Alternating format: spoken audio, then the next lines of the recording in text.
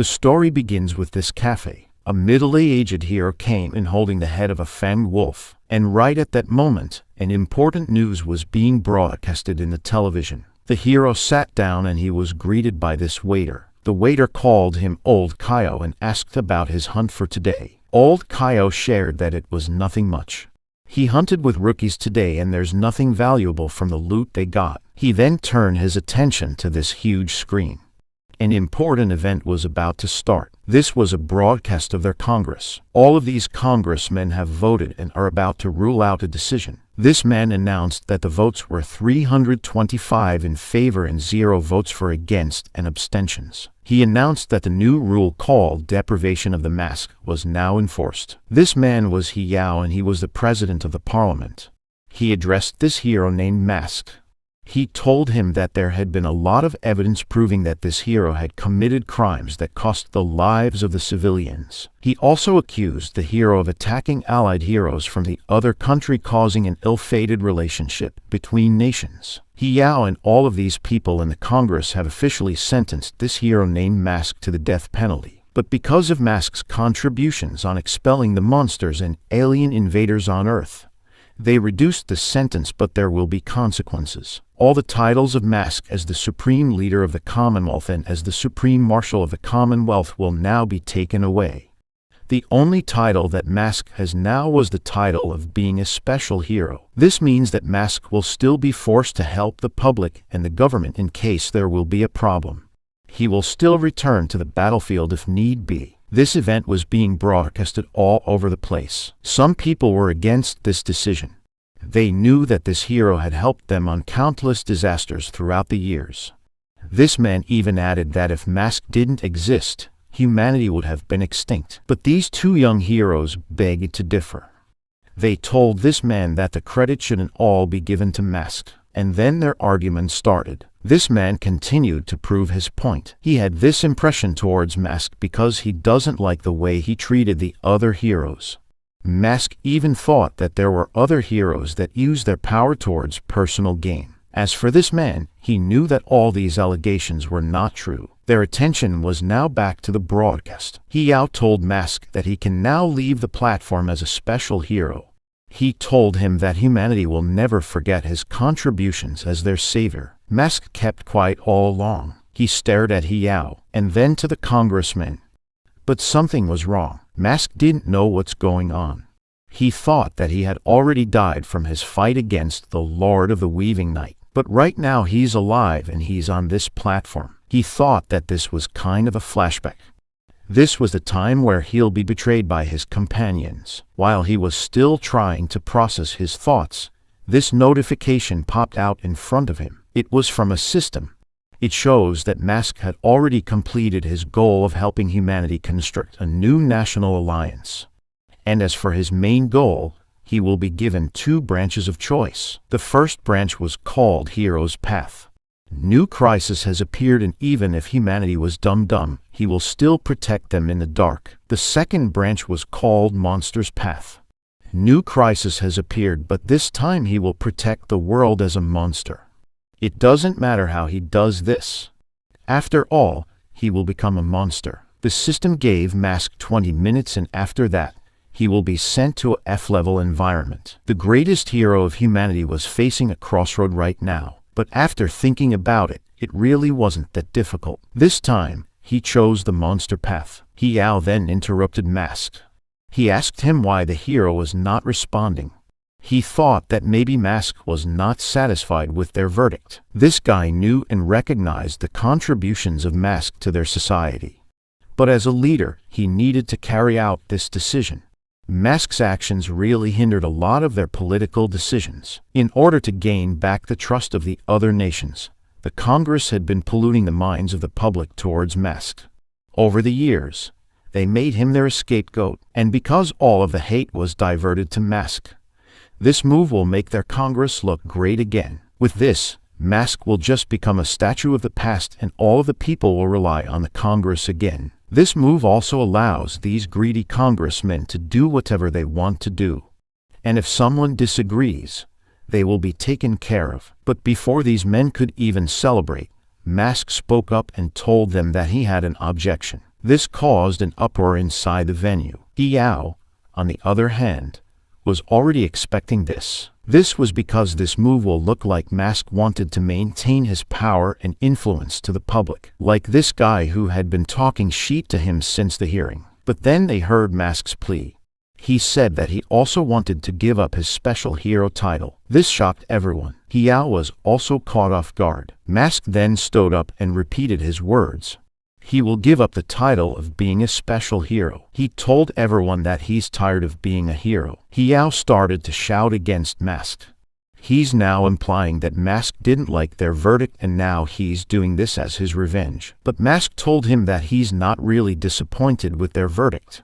Instead, he was glad about it. This guy didn't expect any of this. He thought that this plan would go so well that they could still use this hero to protect them. He thought that Mask was just using his power and strength to fight the Congress. Yao told Mask that he can't leave just yet. He then added that since Mask had given up his special hero title, he should also give up his power. The people were starting to get confused about this statement. Some of them even thought that this was too much to ask. Mask was a rank 13 hero. The next hero below him was only rank 9 and it was Yao. Mask was also the only one who managed to break through the 10th level realm. Most of the current heroes that this achievement was impossible for everyone to surpass. This speech continued to utter words that would destroy Mask's image to the public. He said that Mask had no right to just abandon them after putting all the resources to him. And now if Mask really wants to leave his position as a hero, he needs to give up his power. Mask responded and his aura started to overflow. Yao became speechless. This was the same for the congressmen and for the people who were watching. Mask agreed with Yao's condition. He then raised his hand and started to gather his power. He will now give up his strength. These greedy men started to feel pressure inside the venue. Meanwhile, Mask continued to stack up his power. People also started fainting out. They really can't handle the pressure. Even Yao started to struggle. He's a rank 9 hero, but he needed to use all of his power just to stay conscious in front of Mask. This hero's aura was enough to make everyone kneel in front of him. And now, since they wanted his power back, he was more than willing to give it to them. A huge ray of light was casted towards the sky. This busted all of the things that it hit. People who saw this outside even thought that this was a mysterious phenomenon. They thought that a king-class monster had descended over their city. But this ray of light that once had symbolized hope for humanity meant something different this time. These fools betrayed a hero once again for their own gain. And after a few minutes, Mask was done giving his power up. Yao was surprised that he even managed to withstand the pressure from Mask's power. But this was then followed by showing his shitty grin. He thought that finally,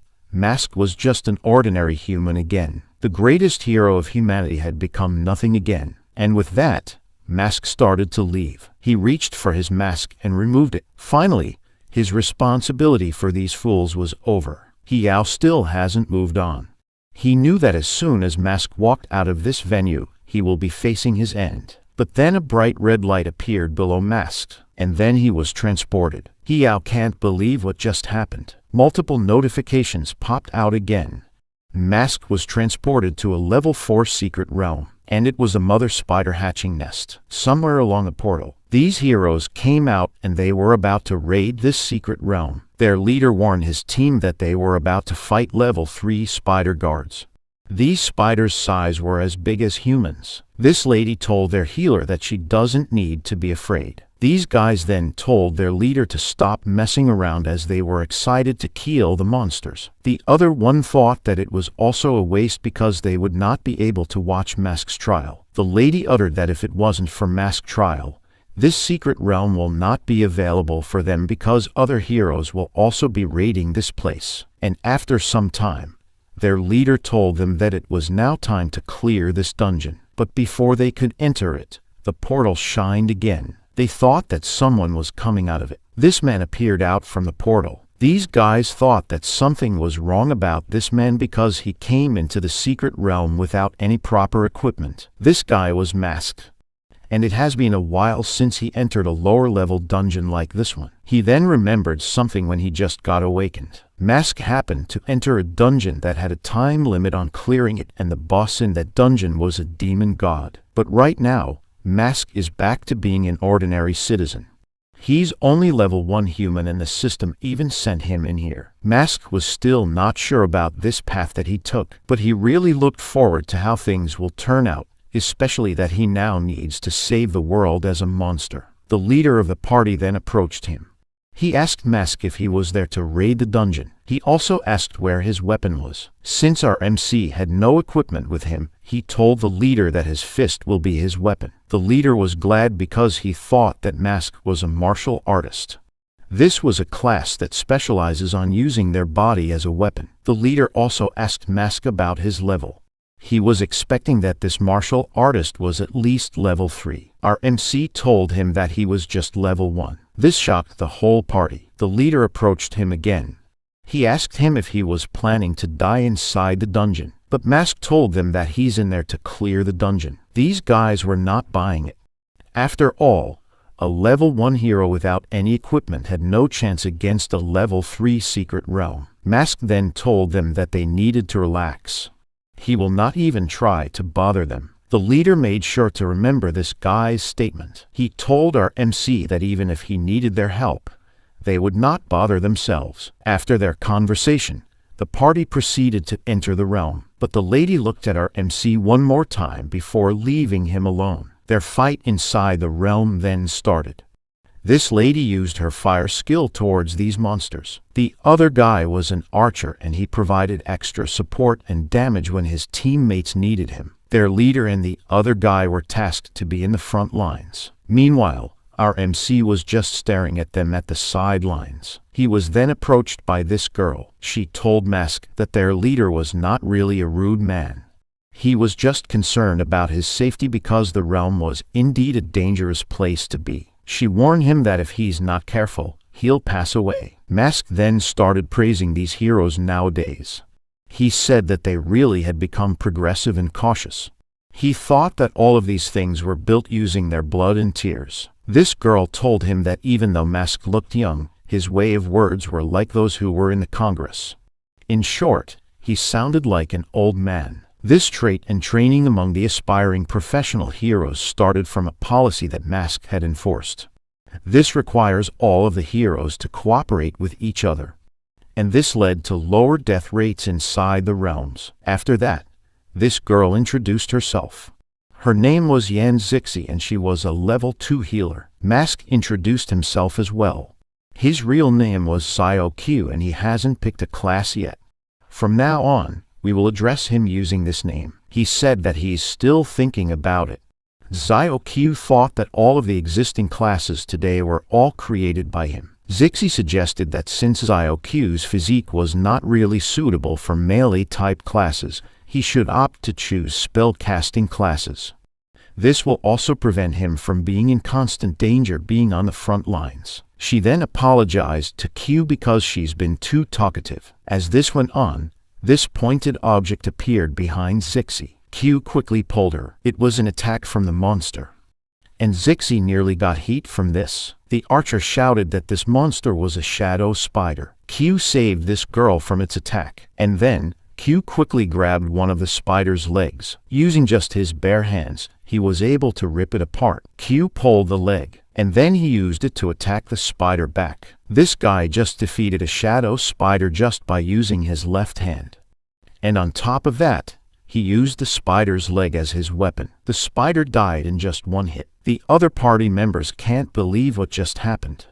They thought that the path of a martial artist was too much. This guy said that he had already seen other martial artists, but none of them could replicate what Q did just now. Our MC accurately targeted the spider's weakest joint and attacked it in such a short moment. They knew that Q's skill was not ordinary. Our MC also told Zixi to let go now since there's no danger anymore. Zixi didn't notice that she's been hugging Q since. She quickly apologized and got embarrassed after realizing it. As for our MC, he found out that the monster path didn't affect his leveling system.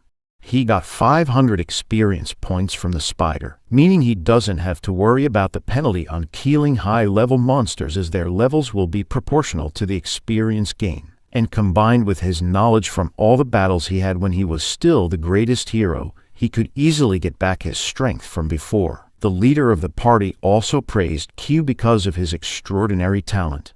He really has what it takes to go to this secret realm. He also thanked Q for saving his teammate. With this, Q will also receive a share of the reward when they clear this realm. Our MC told him that he just did that because it's the right thing to do. After that, these professionals continued their quest. They easily defeated all the shadow spiders lurking in the area. The leader then said that the boss should be around the corner now. He reminded his teammates that after this fight, they will all go back to the real world. Their battle plan will also be the usual. As a tank, he will take the aggro and the rest of them will do the damage. He also reminded this lady to take advantage of her fire skill to burn the spider's silk. The archer was also excited to wrap this up because he still wants to watch the trial of Mask. The other one butted in and told him that most probably, Mask was found guilty. They were also curious about Mask's face. No one had ever seen his face with that mask of his. This girl used to be his supporter, but it all changed because of the rumor that Mask killed all the people in the city of Tuga. Zixi then defended Mask. She said that Mask had no other choice but to do that because all of the people in there got infected by a demon. It was Mask's last resort. This guy teased her because she was still protecting the hero's image in front of them. But then the leader told them to stop the talk. He thought that maybe Q was already irritated with them. And thus, their quest continued again. They now arrived at the part where more and more spider webs were scattered around them. But they didn't feel scared because they were more after the reward they could get after defeating the boss monster. And then a monster had made its move. This alerted these professionals. A huge spider really did appear in front of them. The leader took the initiative to take the aggro. While he got the attention of the boss monster, the others started their attacks. Q easily dodged the attacks. He remembered that monsters in the lower realms didn't have any intelligence. This was a reason they can be defeated easily. They continued to overwhelm this monster with their attacks. Zixi also provided support and healed their leader as he was tanking all the damages. And not long after, the monster was defeated. The leader was proud because they cleared a level 3 secret realm without taking any major injuries. He told them that the rewards will be distributed evenly. They will also give Q his share. Our MC heard him say level 3 secret realm. But the system told him that he will be transported to a level 4 secret realm. He thought that there's something wrong in here. The other guy then exclaimed that there's no treasure chest beside the fallen boss monster. They also felt an ominous aura up ahead of the tunnel. Then, they saw this girl with her student uniform walking towards them. This lady noticed something about the girl's head. She was wearing an astronaut helmet. At this moment, they knew that the reason why the treasure chest didn't appear was because that big spider wasn't the boss of this realm. This girl is. This guy then positioned himself.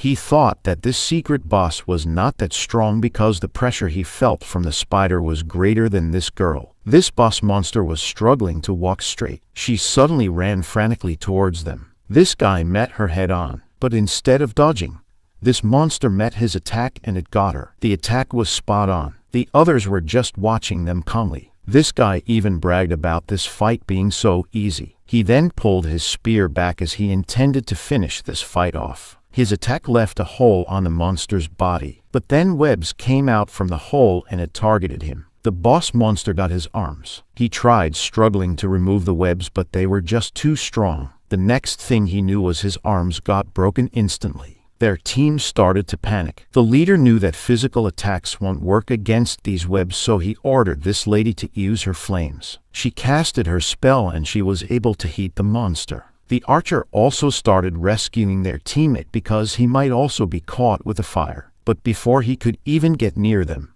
the fire even grew stronger. And then they saw multiple legs coming out from the fire. The girl monster just grew multiple limbs. She was now more like a spider. The team started to panic, as they have not seen anything like this before. And while this guy was screaming, a foot got on his chest. It was the boss monster's attack. The archer was ready to avenge his friend, but he was stopped by RMC. Q warned him that he will recklessly fight this monster. He will end up like his friend. Their leader backed what Q said. This monster's power was out of their league. He intends to hold this monster up until the portal opens up again, but he found out that it would take another 3 hours before they could use it. He knew they couldn't hold this fight that long. The monster also started its move. It used its web again, and this time, it got into the leader's arms. The archer tried to help, but his attacks were useless. After that, the monster attacked him as well. The monster then pulled the archer towards her direction. Its ferocious teeth then appeared. The archer was not able to do anything about it. The monster got her early lunch. This incident made their leader furious. He then mustered his strength and slashed the webs of the monster, but his blade was stopped. This level 4 monster was just too strong. His attacks as a level 3 swordsman were just treated as nothing. The monster then got his hands again, and now he's the one who's being pulled. Q then shouted to give him his sword. He told the leader that if he wanted to live, he would let Q cat his hand. He knew he had no other choice. The leader threw his sword towards Q. RMC didn't hesitate to cut off his arm, as this was the only thing that could save the old man. The leader then screamed in pain. After that, Q helped him have some distance from the monster. Zixi then used her skills to heal her leader. Meanwhile, this lady was already in a state of panic. She then ran away because she didn't want to die. Zixi asked Q why he was not doing the same. RMC told her that this monster was just letting her prey run because it makes them tastier. The monster wants them to feel fear first before killing them. These kinds of monsters were called God-chosen beasts. They fed on humans' negative emotions like fear, jealousy, and resentment. Q further explains this to Zixi. These monsters were blessed by the outer gods, that's why they became more powerful than the normal monsters. RMC knew about this because he already defeated hundreds of these monsters in his past identity. But he never expected that the system would send him into a realm that already has this kind of monster. This god-chosen beast started to do something weird again. It released a poisonous gas and it spread throughout the place. Luckily, Zixi was there and she has a skill that could repel the poison. Meanwhile, this lady was now in trouble. She ran away and she was already out of range from Zixi's skill. She inhaled the poison and immediately went unconscious. But since Zixi was just a level 2 healer, she wasn't able to withstand the pressure of the poison gas. This monster was starting to get happy, but then it noticed something. Q was already missing from his position. He told the monster that even though his powers were gone, his spirit and soul were still at level 14. That made him withstand the poison gas. RMC also acquired a skill while he was fighting in this realm. He activated his skill and his appearance started to change. RMC just transformed to his new form as a monster. And he told the monster that it should be proud because it will witness his new strength. The monster released more concentrated poison gas towards Q, but RMC was already taking his position to dash towards the monster. And in a split second, he vanished. The monster had no time to react. It received significant damage from Q. RMC got one of its legs. He even teased it because these legs were quite good. The monster tried counter-attacking, but it was no use. The power gap between these two was just too wide. Q was even disappointed because he expected more from it. But since he needed to end this quickly, RMC continued his attacks. And as expected, the god-chosen beast was overwhelmed. It only now has one leg to stand on. RMC really started to make fun of his prey. This monster knew that it had no chance of winning against Q. That's why it started running away. But then, its other leg was cut off again. The monster fell down. She looked like more of an octopus now. A takoyaki. As it tried to crawl away, it was stopped by Q. This is the new form of humanity's greatest hero now. A monster that could devour all the other monsters in the world. And just like that, RMC ended his fight. The system then congratulated him for clearing the quest. He also got a spider foot as a reward. And he will be transported back to the real world now. 2 hours later after the incident, Zixi was now wandering the streets. She still can't believe what happened inside that realm. When they woke up, they were already out of the secret realm. The leader was also rushed out to the hospital. The other lady was also not injured, but Zixi was worried about Q because she didn't see him after that, and as she searched for our MC, eventually she saw him in front of a building. As for our MC, the system transported him in Da City, and right now he's looking for a place to live in, but the rental cost for one room was already over 3,000 Union dollars per month, and since these things were given to him for free in his past identity as a hero, he didn't have anything for himself right now. He didn't even have money. As he was thinking about how difficult life would be for him now, Zixi shouted his name. Q remembered this girl as the healer from the secret realm, and she got a little disappointed because Q didn't remember her name. She then told her name again. This girl's name was Yan Zixi. Aside from that, she was happy to see Q all safe and sound. She then noticed that Q was looking at the rent rates for this building. She found out that Q didn't have a place to settle in as he also didn't have any relatives in this city. Zixi started talking about the history of Da City. This place was established 40 years ago after the disaster. With a rapid development around the area, it became an urban village in no time. Zixi made Q follow her and she showed him her house. This girl just adopted our MC. Her house was big enough to have a separate room for Q. Q then saw something in Zixi's gate. She told him that it was a medal that her father received when he retired as a hero. His father was a level 5 melee professional and he took part in a lot of battles. Zixi told Q that her father even had the opportunity to fight alongside Mask. Although she's not sure if this was true because her father often tells this story when he is drunk. Q then asked her about her father. It turns out, her father was already gone. The war had taken its toll on his body. Even if all the wounds from the battles had been healed, his father lost too much vitality. He passed away not long after he retired. Our MC then asked about her mother. She had already passed away as well when she gave birth to Zixi's sister. Q became speechless after hearing this. But then Zixi told him that he doesn't need to have that expression because this all happened a long time ago and she's doing well now. She then invited Q inside the house. She will even give Q some clothes to get him started. This girl then pointed out the room that Q could use. This was a spare room and he can live in it. Q thought that compared to his past identity being always in the front lines, this life was better. He will also make sure to pay her kindness once he starts earning from the secret realms. And then someone came. It was this girl in a wheelchair. And she's asking who Q is. This girl was Kyan Liu and she was Zixi's younger sister. Zixi also explained Q's situation to her. She introduced Q as her companion in the secret realms, but this girl didn't like her older sister bringing someone she just met to their house. Kyan Liu then went away. Zixi apologized on behalf of her sister to Q. She told him that her sister gets agitated whenever she sees some strangers. Also, this was the day that Mask went to trial. Kyan Liu was a big fan of Mask. Q didn't expect that he would have many fans in the past. Meanwhile, Kyan Liu was back in front of her computer. This girl was busy being a keyboard warrior against all the bashers of Mask. She continued to type her rebuttals towards these trolls. And then, Zixi shouted that it's time for them to eat. But this girl was really dedicated to her mission.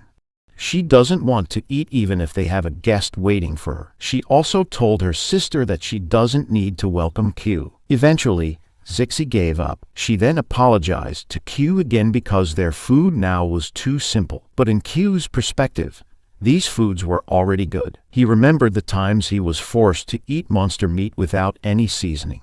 He had to endure all of those times in his past life. That time, he had the mindset of a hero.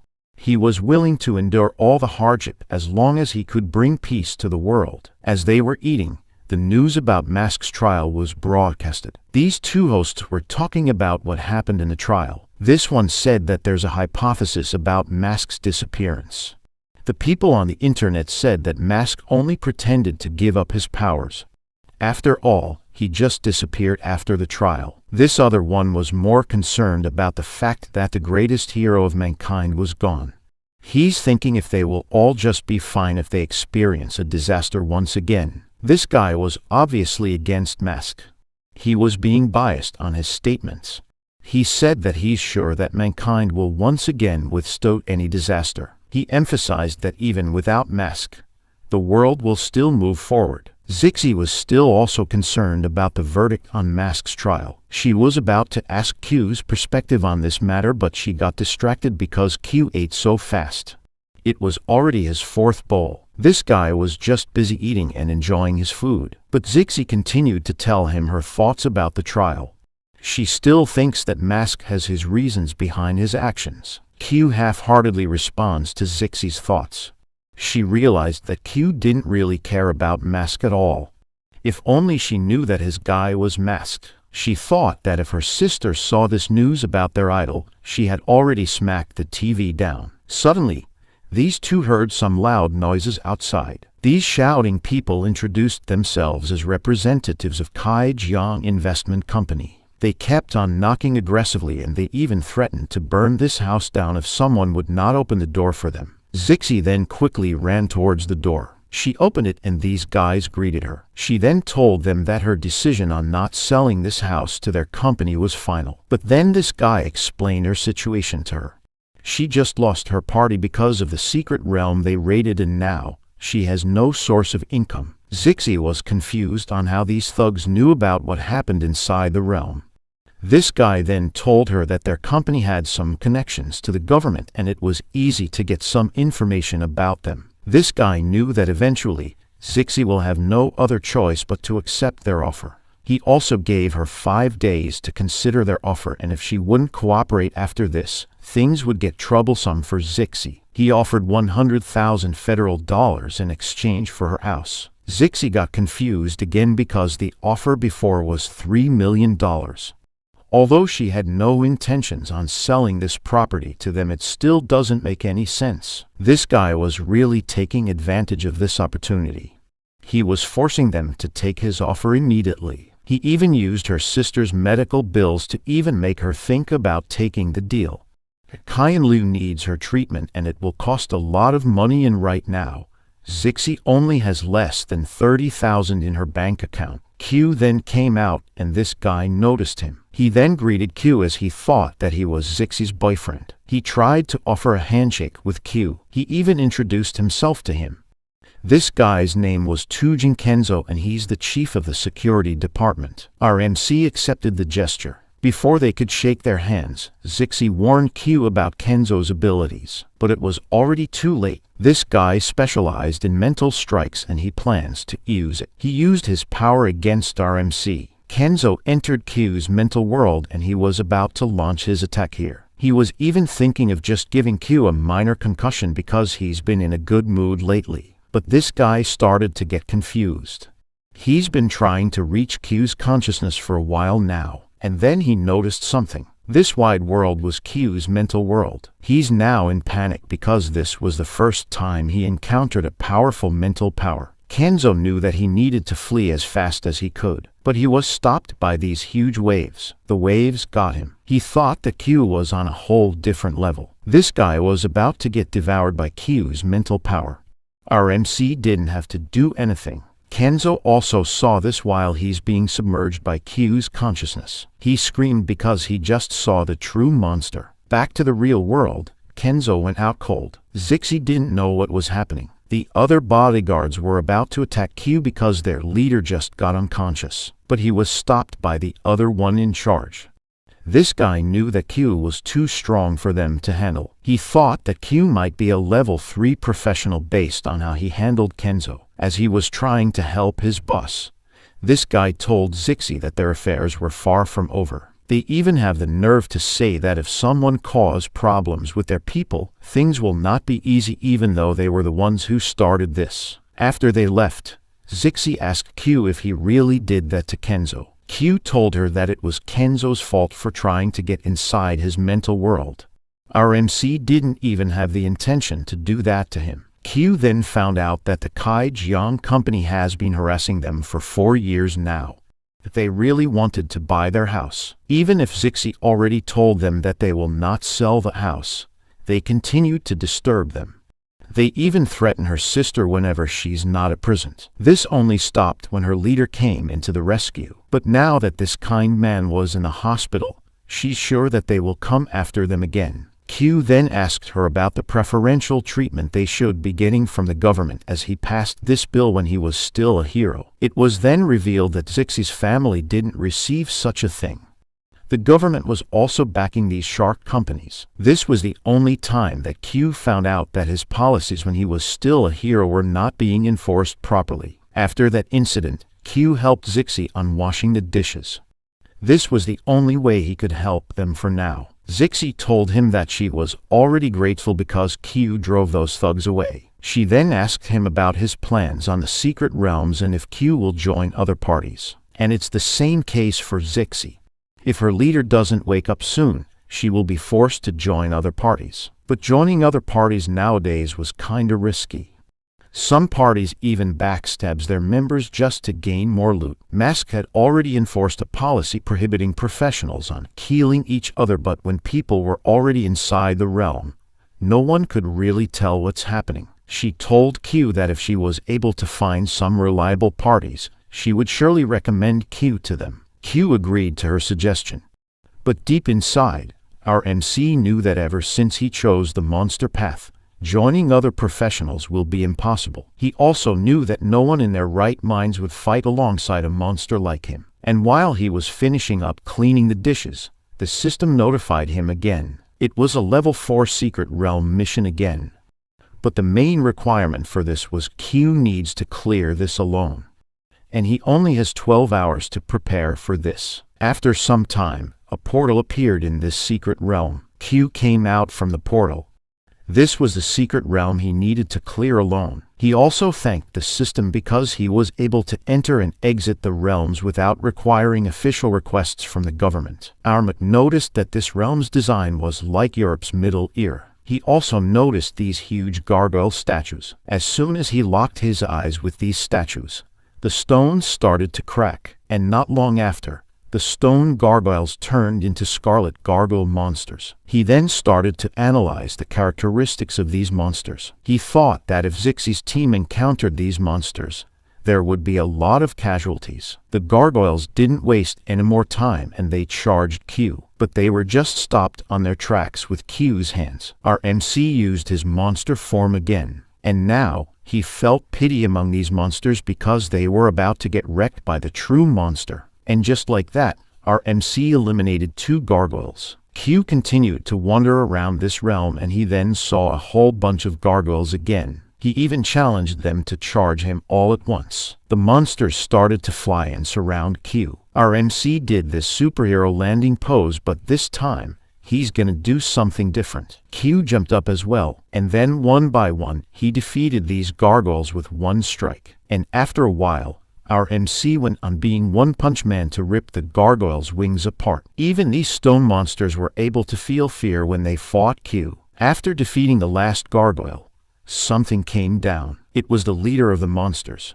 It was called Luck's stone statue. Q made a comment about how this one looked more like a human, and because of that, Q wanted to kill it even more. After that, these two dashed towards each other. The room was then filled with silence. After a while, someone opened the door, and these professionals came in ready to take a fight. But all they got was a pile of rubbles and an empty room. This guy was confused because they were told that they were the first team to enter this dungeon. The entrance was also closed when they entered this place, so it was really a bit odd that someone got in before them. This lady started looking around and she found one of the gargoyles' bodies. She told her leader that whoever did this was indeed a monster. The damage was not from a sharp sword because of its uneven texture.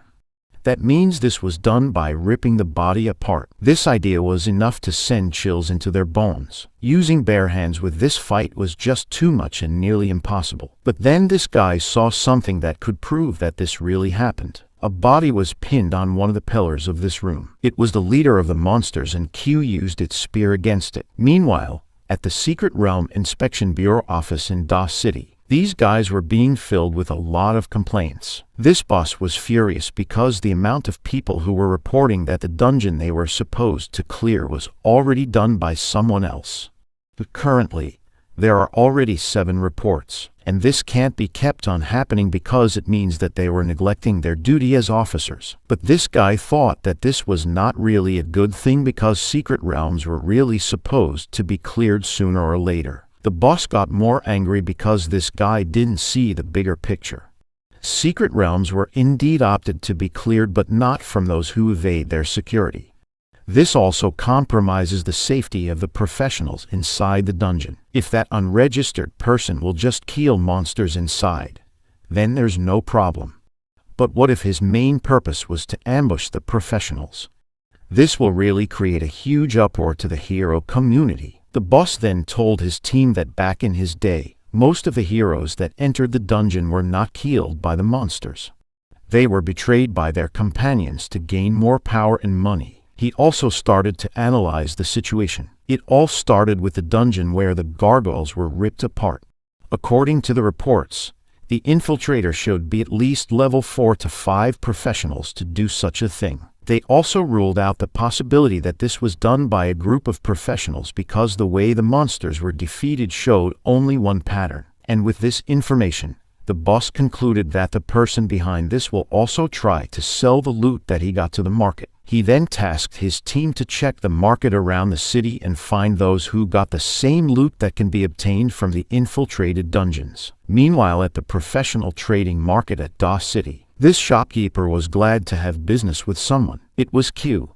He indeed sold the loot drops to these shops and he got a decent amount of money. He also didn't really care about the price he was selling because this was just a bonus for clearing his quests. But with this money, Q could now help Zixi and he could also pay his rent. And then he heard a familiar voice nearby. It was Zixi, and she's trying to sell an item to the shop. This shopkeeper was trying to haggle her into selling her antique sword for a much cheaper price. He told her that since it was too old, it would be worth just like a scrap. This blade was her father's and it was the only treasure she got right now. And now, she's sad because this thing was just considered as a scrap now. The shopkeeper saw her pitiful state and told her that he'll buy it for $3,500. His offer was $3,300 before. Zixi was already thinking about it. She really didn't want to sell this, but she needs money to pay for her sister's medical expenses. As for the shopkeeper, he was trying to take advantage of the situation because Zixi had no idea about what she was selling. A sword like this one can only be obtained in high-level secret realms, and this item would easily sell for $10,000. He then tried to pressure Zixi more into selling the sword now because he might change his mind. But then someone spoke up. It was Q. He checked the sword that Zixi was holding, and he knew that this was a level 5 professional long blade. He told Zixi that he wanted this equipment. The shopkeeper shouted at him because our MC just poached his transaction with Zixi. And then Q decided to give Zixi the money he earned from the dungeons. Since this was a lot of money, the shopkeeper conceded. After that, these two decided to sit somewhere in this park. Q now has the sword in his hand. Zixi told him that she could give the sword to him for only $1,500 because he had already helped her a lot. But Q denied her trade offer. He told her that she should take all the money because this was his payment for the accommodation and for all the delicious food she took care of. Q insisted that she take the money. Our MC also told her that this blade was not as simple as she thought. The value of this sword easily exceeds $10,000. Zixi then commented that this blade really suits him because they were full of secrets. She had been thinking about the mysterious things around Q. This guy was able to escape the secret realm they were in last time, and now he has gained so much money in such a short period of time.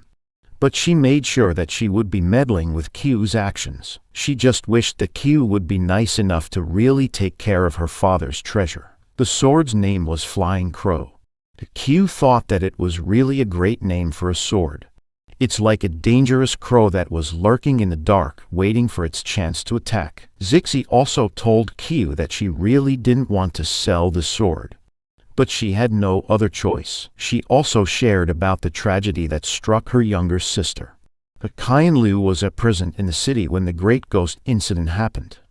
This great ghost was a level 10 monster that caused trouble in Da City. The government army and the professionals all sacrificed a lot of lives just to defeat this monster. Her father was killed in this incident, and the only thing that was recovered from this tragedy was his sword, Flying Crow. The most deadly thing about this incident was a radiation emitted throughout the city.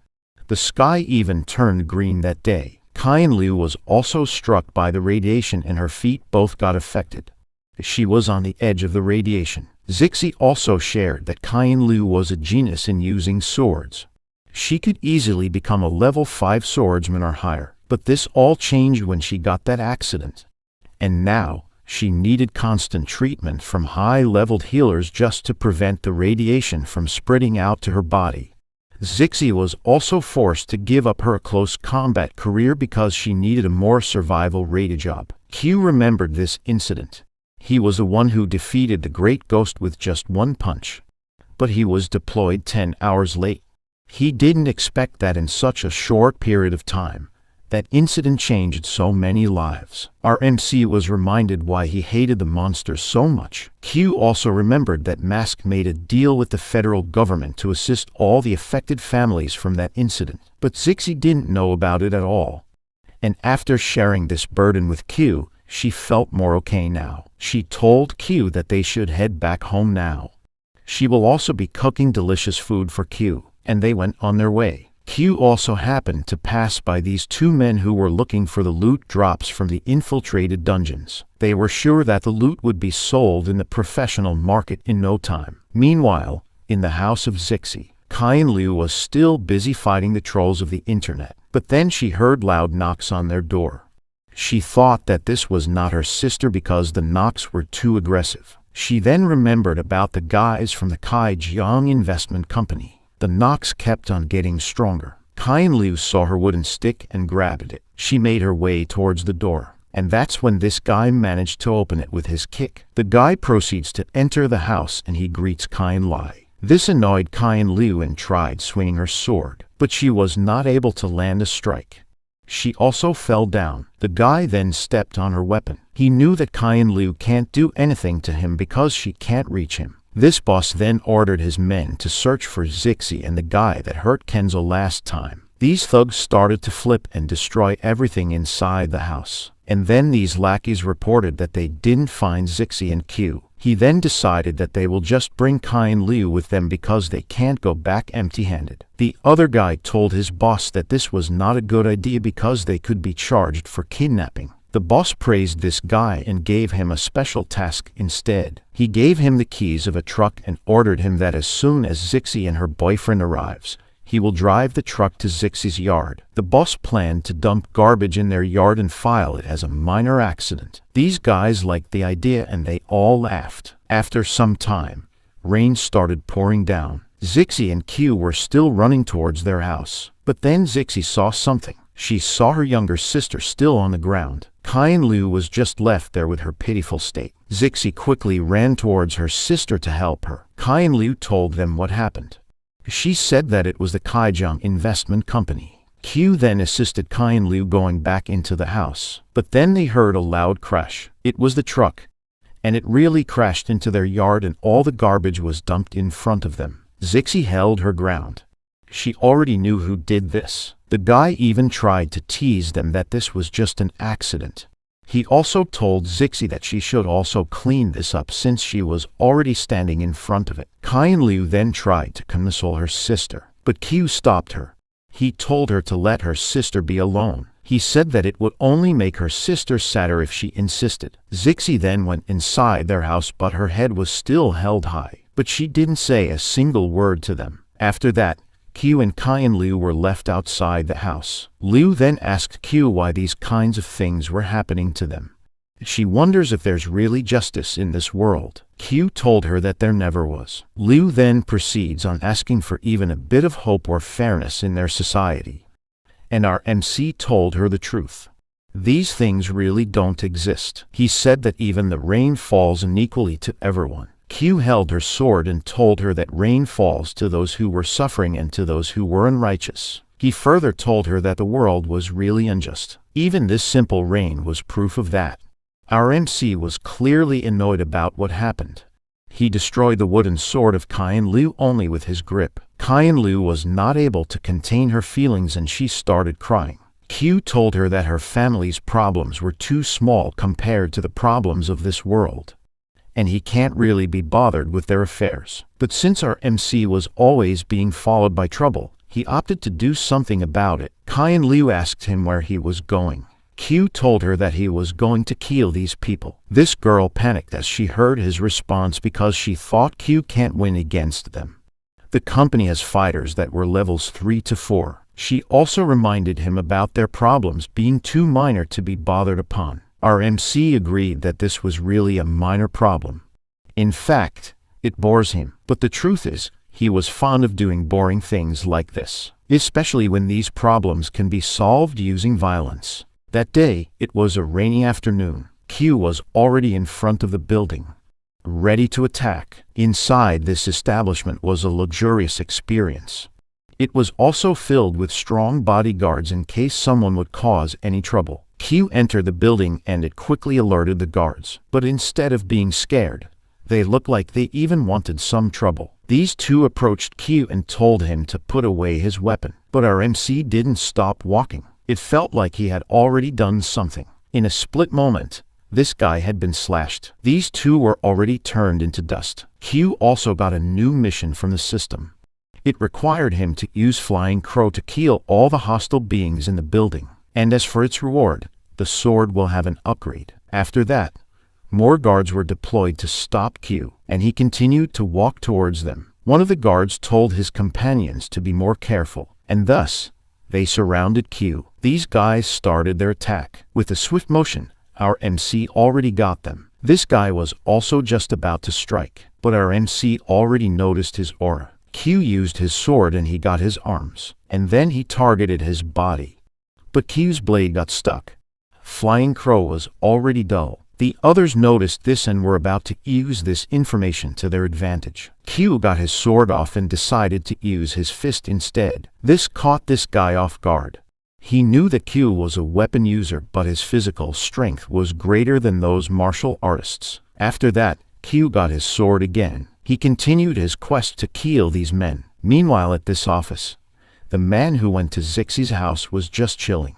He thought that eventually, those two sisters would sell their property to them. These guys were already expecting large profits if they could redevelop the place. But then this guy barged in and alerted his boss. He told them that someone was killing all the guards and that man was already on his way towards them. It's only one intruder, but he already managed to kill most of the guards. This guy was now thinking who they have messed up with. They always make sure they won't be involved with high-level professionals or people with great influence. He ordered his men to check out what's really happening. They went out and brought all of their weapons with them. And then they saw something. Someone was on the stairs and was begging for his life. But he was met with this dark slash. And then Q emerges from the stairs. This boss was quickly intimidated by the aura of our MC. He tried acting tough and told his men that they were all high-level professionals, so they can't be scared of one guy. These three had prepared themselves and wielded their weapons. Since they were level 4 professionals, they asked Q to just surrender. The other guy recognized him and told his boss that Q was the one who put Kenzo in a coma, and he's with Zixie's house when they went in there last time. Q thought that if he'll be facing 3 level 4 professionals, he would have a hard time if he'll just use his human form. Our MC then destroyed these light switches in the hallway, and the lights went out. These guys were already thinking that Q was planning to take them out in the dark. But this guy told him that darkness doesn't bother him as he had this night vision skill and he activated it. His vision slowly adjusted and then he saw something odd. The man they were facing with a while ago was gone.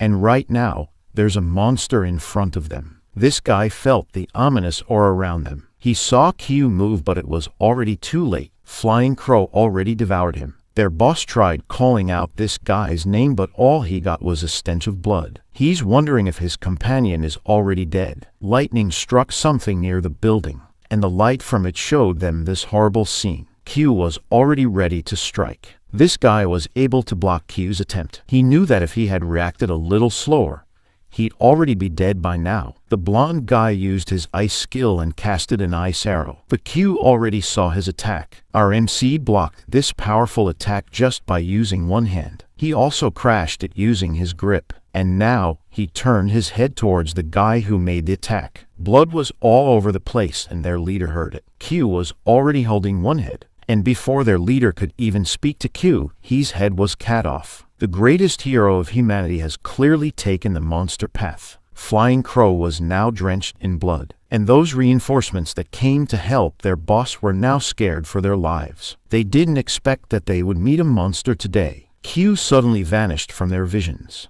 and the next thing they knew was that the monster was already in front of them. After a few seconds, Q had already taken care of them. That's where this guy told Q to stop. Our MC knew that this guy was different from the others. This one was a level 6 professional. This professional thought that this monster in front of him was just using a transformation type of spell, but it also had a demon breath. So this hypothesis was already out. He then slowly walked down the stairs. He told Q that he's in between a human and a demon, and that makes him a very rare monster. He now plans to hunt Q down to compensate for all the losses he got from today's encounter. This professional made his move and vanished for a second. He came to our MC and aimed his head. Q was able to dodge it, but he still got grazed. This professional was already impressed because Q managed to dodge his attack. He praised Q's reaction speed, but that initial attack was just to check Q's capabilities. And since he already got the information he needed, he continued to attack Q. This guy was really powerful. He managed to land some slashes throughout Q. He was already enjoying this because his opponent was quite tough. But then he knew that for his next move, this monster was done for. This guy lunged towards Q. Our MC dodged it easily, but this was just a trap. This guy just took out a gun against a monster. He clicked it and he managed to land a clean hit on Q. He was quite satisfied because this technique never missed a shot. All of the monsters he used this with were all blown to pieces. He's now thinking that he could still sell this monster for high price. But as the dust settled, Q's head was still intact. This professional can't believe that a monster managed to withstand that attack. He's now thinking how this monster survived his attack. Q spoke and told him the name of the technique that this guy used against him. It's called 19 Rapier Style. Q praised this guy for mastering this technique to this extent. Our MC knew this technique because he's the one who invented it. He specifically designed this technique for rapier users. But since this was created by Q, he knew how to counter it. He also said that this technique was just to be used for the righteous, and this guy has been using it for the wrong cause. He didn't understand Q's remarks because in his perspective, he used it to take down a monster. Q explained the situation to this professional. He told them about the families whose lives were ruined because of this investment company. This professional responded that he didn't really care about them at all, because the world will still turn around even if those people were left in ruins. And that was the principle that this guy was talking about. He then continued his quest to take down Q, and because of his twisted principle, Q has decided what to do. Our MC just grew these claw-like things behind his back. The level 6 professional didn't expect this weapon from Q, but still, he dodged it. As for the next attack, it was just too fast to react to. This was just the only chance that Q needed. A barrage of attack was then released towards this guy. After a few more seconds, this was him now. This guy asked Q one last question. He asked what kind of monster Q was. Our MC drew his sword once again as he answered his question. He told him that Q had already established his identity a while ago. And just like that, Flying Crow was drenched in blood again. Q noticed that it then started glowing. Flying Crow just evolved into its new form called Blood Raven. This weapon's ability was its unlimited growth potential. Its appearance didn't change at all, but our MC knew that something within it was different. It felt like his weapon even had its own heartbeat now. He thought that this was really a perfect weapon for him because both of them had an unlimited room for improvement. After that, Q noticed another guy who was already scared to death. He tried begging Q not to kill him, but our MC was now a monster. Unlike being a hero, His morals were now different. He then gave this treat to his newly evolved weapon, Blood Raven. The slash from the sword was enough to devour this guy. It even destroyed the building, and its power was seen outside. And as this chaos was happening inside the building, a special task force was already on their position. This officer reported that they had already surrounded the area. Someone managed to report this mess to them, and now they came to arrest the infiltrator. The one who's in charge of this operation told his troops not to attack first. They will wait and hope that the suspect will negotiate with them first. This old man knew that all of the people killed inside this building were not innocent. They were the ones that ruined thousands of lives. But he still needs to do his job. As they waited outside, one officer saw someone was coming out of the building. It's our MC, and all of his clothes have a lot of blood all over it. Meanwhile, Zixi was done taking a bath, and she just found out that Q made his way to Kaijang Investment Company. This girl quickly grabbed her umbrella as she was about to stop Q. As she was walking towards the building, she saw the armies of policemen that surrounded the area. She was stopped by one of the officers and asked if she was Zixi. He told her that she was needed for an investigation that was ongoing right now. The officer then showed Zixi a picture of Q. She told him that she knows Q and asked what happened to him and if he was still alive. This officer told her that he's not just alive. The Q was in good health. At the City Defense Army exclusive prison, Q was held and admitted inside. This old man had been observing our MC's behavior for a while now. This guy reported that Q had already confessed about his attack towards the Kaijang Investment Company. But the only information they got after that was his name. Other than that, they don't know anything about this guy. It's as if he just appeared out of nowhere. There's also no government files that were related to him. The only person he was related to was Zixi. They asked this girl, and they found out that these two met inside the secret realm. They then related his identity towards the mysterious infiltrator of the secret realms. The old man really found Q mysterious. He then asked about Zixi's identity. He found out that Zixi was just a level 2 healer and that her father served the military as a level 5 professional. It was also reported to him that Zixi's sister was caught from the disaster that hit the Da City a long time ago. This girl revealed to them how she met Q. She told them that her party was about to conquer a secret realm, but then Q appeared from the portal. Her statement was also consistent from the other party members that survived the realm. This commander also found out that Q attacked the Kaijang Investment Company because they had been harassing Zixi's family into selling their property to them. After this director entered the room. He told the commander that it's now their time to talk to Q personally. Commander Jiang was a level 7 professional and the director was at level 6. These two were considered to be the strongest in Da City. The door to Q's room opened. The commander immediately saw Q's look, but then he noticed that our MC was not looking at him. He was looking at the badges on his cloak. The commander then sat down and started his interview. He told Q about the consequences for the crime he just committed. Q could be sentenced to death or he could be enlisted to the battalion's front lines to atone his sins. Q will only get his freedom back after serving and surviving these battles in the battlefield. But as far as anyone knows, this was just like serving someone a death sentence. No one had ever survived on the front lines. As for our MC, fighting monsters in the front lines was not really a punishment. He had been doing this all his life in his past identity as a hero. The commander noticed something about Q's statement. He asked Q if he had experience being in the front lines, and Q answered yes. The director and the commander exchanged looks. They knew that there's really something mysterious about Q. If what he was saying was true, they could have known Q's identity. Because there were only a few people that could survive that situation. The commander then told Q that the director and him had also been in the front lines. The commander had served the front lines for 10 years and the director was considered as a veteran in this field. The only ones who served more than them were Mask and the first group of heroes. The commander even showed Q his Mask medal as a proof. And since Q knew the feeling of fighting in the front lines, He should have known that he should not have done this crime in the first place. These kinds of situations could easily crumble the peace that they have been establishing for decades. Q had also been entering the secret realms without any government notice.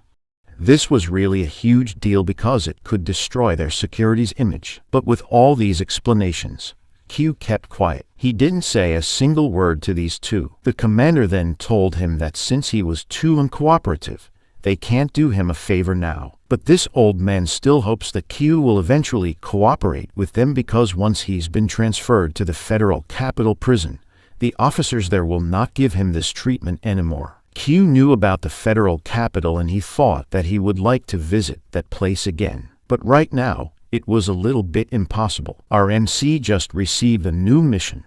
It's about the Great Ghost's reincarnation. It has been a few years since that disaster struck Dawes City, and the Great Ghost was not completely defeated.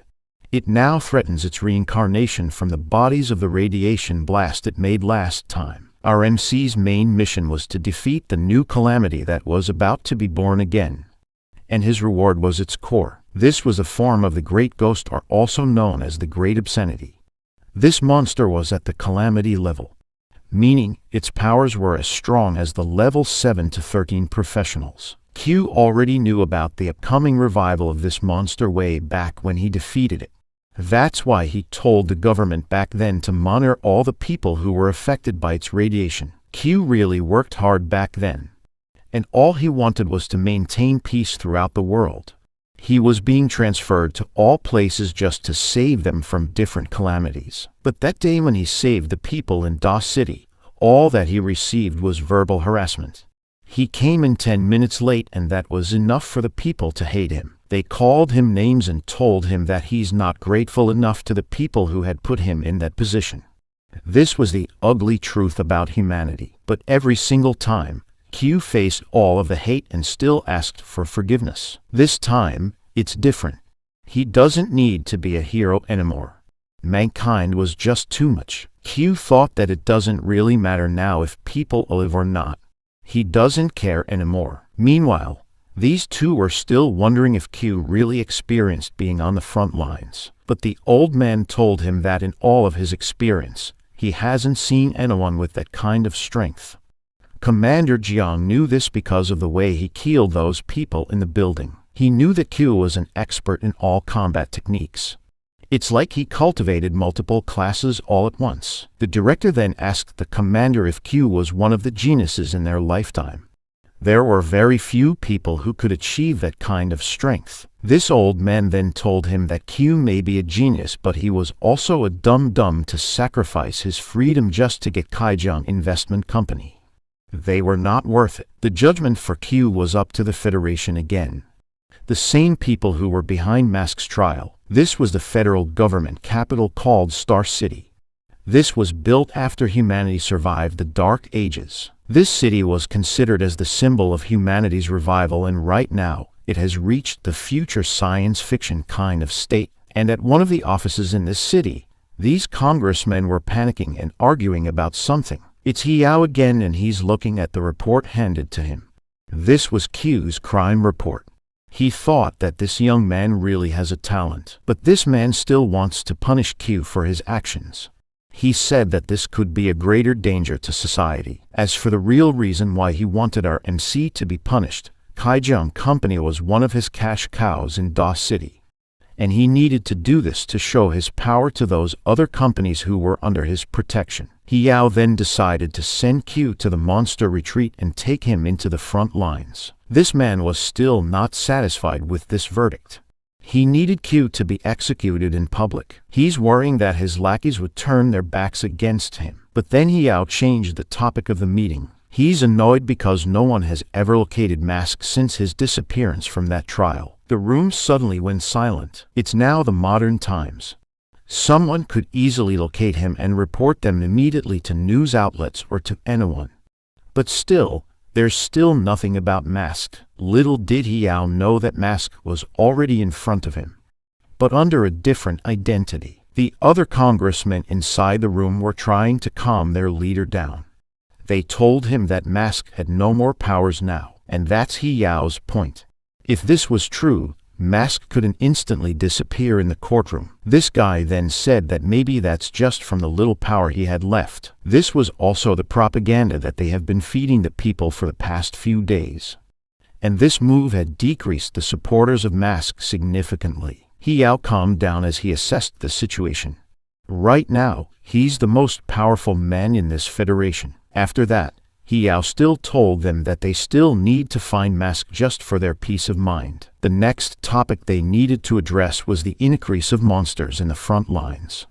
This month, it had a 32% increase. Hiao realized the importance of Mask in these kinds of situations. Without him, they will have a hard time killing the monsters. This guy then asked them if they had pushed too far about their verdict in Mask's trial. This ticked Hiao because it was like someone questioned their collective decision. Hiao then proceeded to vent out his frustration. He asked these congressmen if they all think that humanity will not survive without Mask. And to address this current problem, he ordered to reduce the troops present in each city to reinforce their power in the front lines. This guy said that that was not a good idea. The troops in each city were deployed there in case a calamity emerged. And if they do this redeployment, it will affect the defense of these affected places. But someone made a comment that he was just against this move because that man was in charge for supplying weapons to the guards. And thus their argument started. But none of them could oppose Hiao's decision, and it was final. There had been no major calamity in these cities for years, and he's confident that they could manage these dangers now. As for Q, Hiao wanted him to be sent to the capital. At the DOS City Defense Force building, Zixi was done cooperating with these officers. She had done this to save Q, but there's really nothing she could do. But Chan Liu can't accept this situation. Q was charged for a major crime, and these sisters will serve as the key witnesses for his trial. Chan Liu told this lady officer that this was just unjust. Q only punished those who were considered as scams of Earth. She then explained that even if that's the case, killing was still considered wrong. This little girl exclaimed that those who were killed were not even good citizens. Those guys destroyed thousands of lives. Commander Jiang overheard their conversation and he butted in.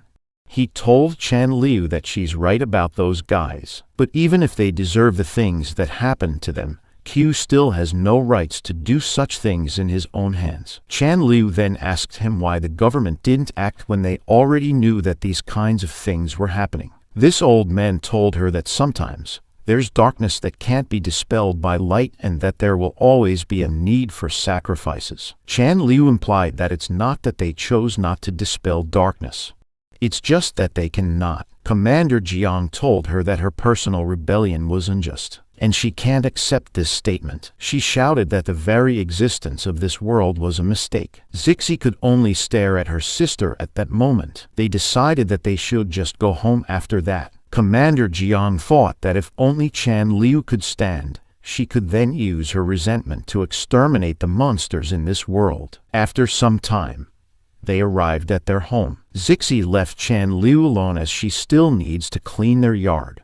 Zixi will also try to find some solutions to help Q, but this girl had something else in her mind. She still can't accept how the real world works. She decided that if there were places that light can't reach, she'll be the beacon of this said light. Chan Liu managed to stand up once again. She was also able to take a few steps. Meanwhile, Zixi was still busy cleaning up, and then she saw her sister.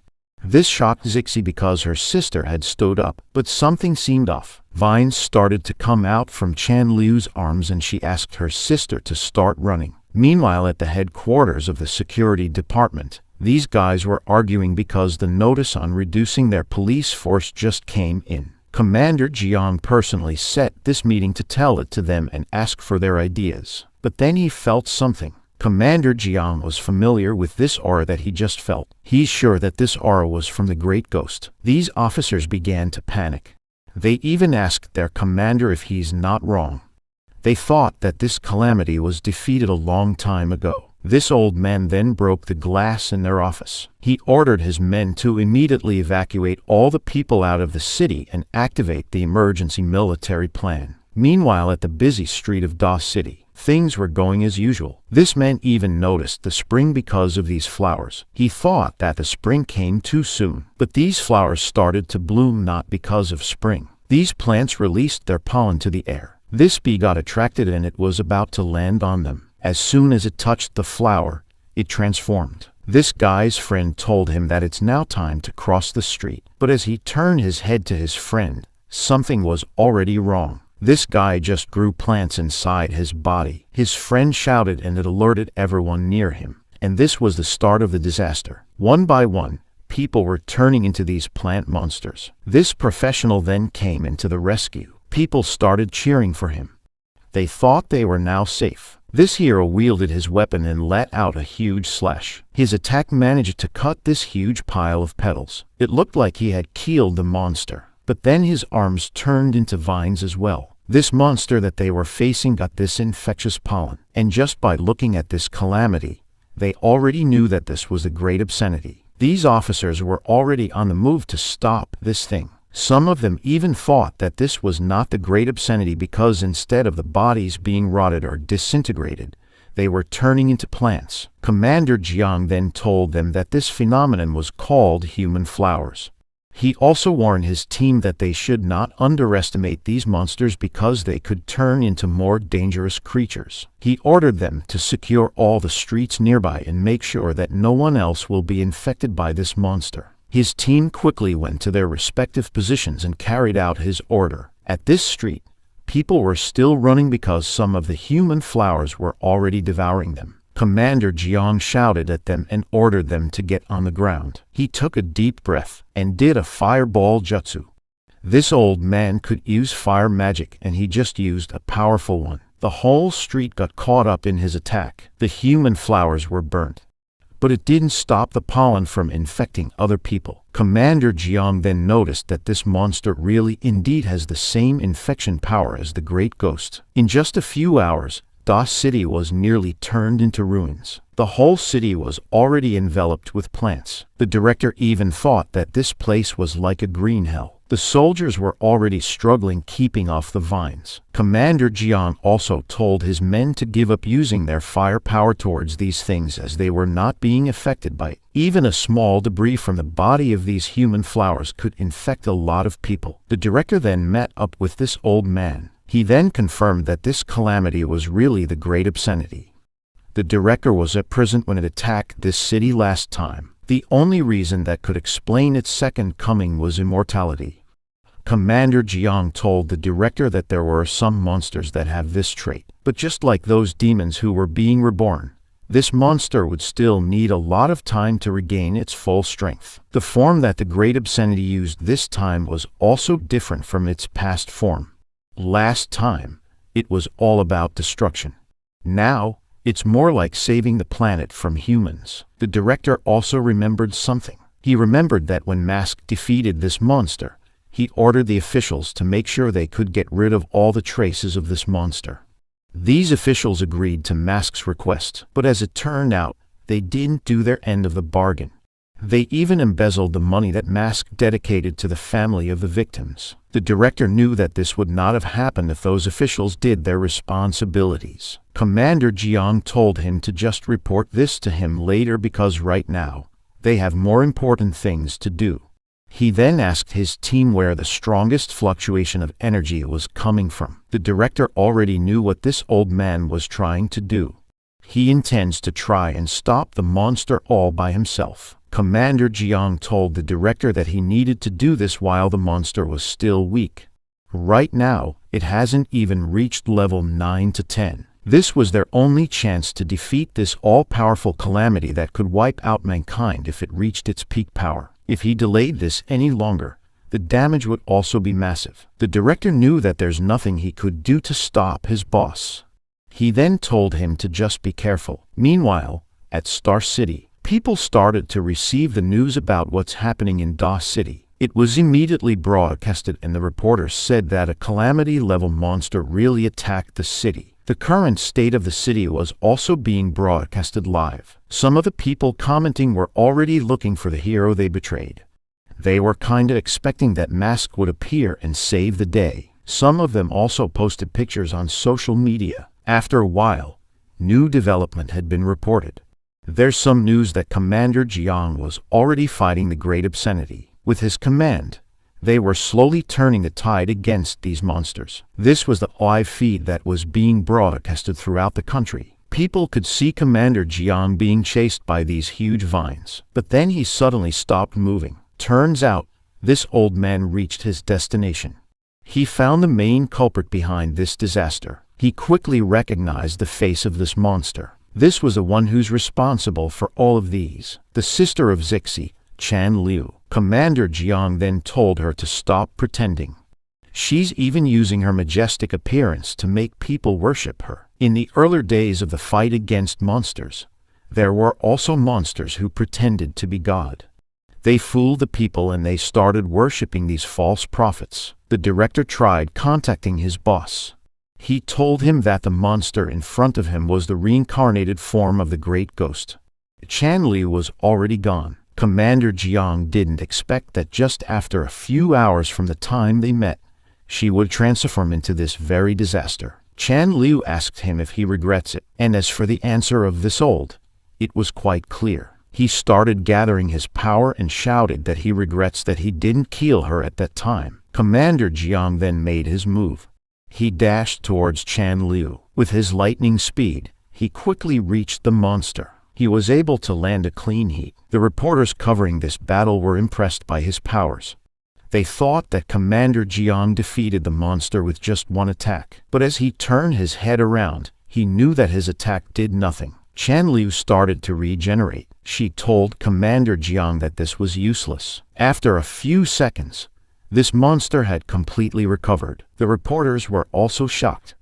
They didn't know what was really happening. The old man continued to attack again. He sent these lightning punches towards Chan Liu, and all of them landed. But because of her high-speed regeneration, his attempts were in vain. She asked the commander if this was the sunlight that could dispel darkness he was talking about last time. Commander Jiang suddenly felt the bloodlust around him. He immediately tried to gain some distance between them. But as he was still thinking about the immense danger he felt, he heard a voice behind him. He tried fleeing again, but the moment he stopped, Chan Liu was already behind him. This monster then started to make fun of the light that he was so proud about. He can't do anything about the power of this monster. He was clearly outclassed. Commander Jiang has nowhere to go, because this monster could just teleport its body as long as there were plants present. The director then told his boss that he needs to retreat for now.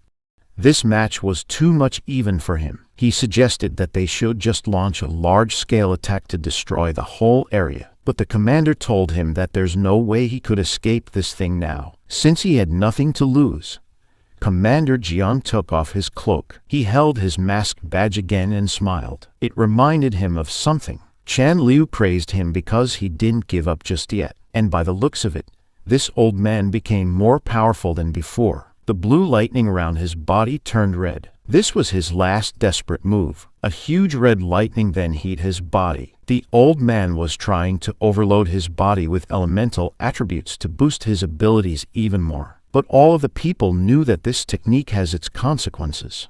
It could take one's life after using it. Chan Liu also knew about this phenomenon and she praised him again because he just reached level 8 power with this move. The only downside was the cells all over his body were being overloaded with energy. And because they still can't handle it, cells were being destroyed eventually. But this old man doesn't care about all that anymore. With his improved speed, he dashed towards Chan Liu again. She thought that this was useless because she could just teleport herself instantly. But before she could even process her thought, her body was almost disintegrated. The old man was now faster than her thinking speed. With this, the old man was also running out of time. The cells in his body were already being destroyed. He's also experiencing a lot of pain in the process. This reporter was now happy again because he thought that Commander Jiang had finally defeated the monster. But this was not true. The energy coming from the great ghost had not yet disappeared and instead, it's steadily growing. The director then informed his men that this monster was not the great obscenity. He then told them about the creature named Antius. He was from the dark ages of the Greeks, and this creature was said to be invincible as long as the earth stands, and he concluded that this creature was Antaeus itself. It already got its powers from the people it absorbed, and as long as someone didn't eliminate it completely, it can't be defeated at all. The monster exists in all these vines and plants it created. She's one but also 10,000. But his lackeys still didn't understand what their boss was telling them. A new emergency alert was then shown to them. The energy of this monster was rapidly increasing. It even reached the highest red secret realm energy. Chan Liu had become a level 9 monster, and she was still growing stronger. Back to these two. Chan Liu can't believe that humans could reach this kind of power just by sacrificing themselves. Once in her life, she also dreamed of becoming strong enough to protect the weak ones. She then asked Commander Jiang why he didn't use his power to protect those who were left in the dark. Professionals have left them hanging right when they needed them the most, and it made Chan Liu even furious. This was her constant question to the world. All of the human flowers and the vines around the city then retreated. They were now gathering towards a single point. Chan Liu has reached a new form. She's now as tall as the buildings around her. Commander Jiang appeared again and was about to answer her question. With all of his strength in his hands, he told her that it was because of this world. It was a world that made him accept that death was nothing new. With all his might, Commander Jiang attacked using his red lightning. Chan Liu thought that she could easily block this attack using one of her hands, but that was not the case. Commander Jiang managed to pass through. The people all around the country were watching his battle. They started cheering as soon as they saw that his attack went through. Chan Liu was still trying to stop this old man's attack, but after a while, the power that made him somewhat invincible started to fade. It's time for Commander Jiang. She now got him in her hands. She told him that since he told her that being dead and alive were nothing new to this world, he could now go to hell. Commander Jiang had this final look on his eyes, and then he was gone. He was turned into these petals that were now being swayed into the air. Chan Liu told him that this was what he got attempting the impossible. The director saw what happened. The energy of his boss also disappeared. As for those who were watching the live broadcast, they were all shocked, and it was at this moment they thought about the hero that they once took for granted. They were looking for Mask. It has been a month since he disappeared, and now they don't know what to do anymore. The reality had finally hit these pieces of sheets. Some of them now started bashing the ruling of their federal government. The most frequent question that arises again: where is Masker? Meanwhile, at this prison facility, alarms started to get off. They were alerted about the calamity-level monster that attacked the city. Q was in this place, and he was just waiting for the perfect time to act. As this was all happening, Yao was now in panic. He now can't even reach the heroes that promised to be under his command to protect the city. It's been 1.5 hours since the disaster happened, and he still got nothing. All the people around him were a bunch of scaredy cats. Someone then told Yao that he shouldn't have been that ruthless towards Mask in the first place, and this statement got him. Someone then suggested that they should just destroy the whole Da city once and for all. These guys were really too much. They were even proud about this idea of sacrificing a few for the sake of the many. Yao was now starting to see the true colors of these people. They don't care about the others at all. He can't believe that this was really happening. This guy broke the tension when he reported that there's something that changed the situation in Da City. Yao asked if someone sent a professional to save the city. But as the reports started coming, they heard this unusual thing. A monster had come to help the city. Back at the exclusive prison, this building had a huge slash now. The hole even reached the lower floors of the building. This guard was also in shock. He told his companion that he saw a monster coming out of the building. Back to the city, these soldiers were still guarding the area. They noticed that the human flowers were coming back again. Some of them started running because they knew that they didn't stand a chance against these monsters. But the rest still fulfilled their duty and tried defeating the human flowers. The captain of this squad was then getting absorbed by the vines. This guy tried saving his captain, but a black aura suddenly passed him. A series of slashes then destroyed the vines that's on its way. The soldier and his captain were now safe. Meanwhile, Chan Liu was still in her giant form. The reporters were about to retreat, but then something happened. This cameraman saw someone and thought that it was the reinforcements. A combination of red and black aura suddenly went straight into the center of the city. The people thought that this one was sent by the federal government.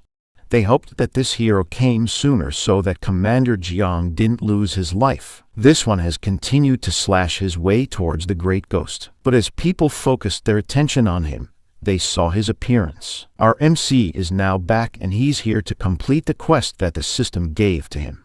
He needs to defeat this calamity again, but with his monster form. Q quickly noticed something different between the past great obscenity and this present one. The last one represented destruction, but this one represented life. This new form intends to devour everything on its way. It also wanted to create a new world where there's no sadness and no pain. It's the newest form of ultimate evil. But regardless of what form this monster took, Q knew he still needed to defeat it. The core of this monster will help him fight the gods in the Void Realm. Our MC needs to do whatever it takes. Chan Liu then started her quest to conquer everything.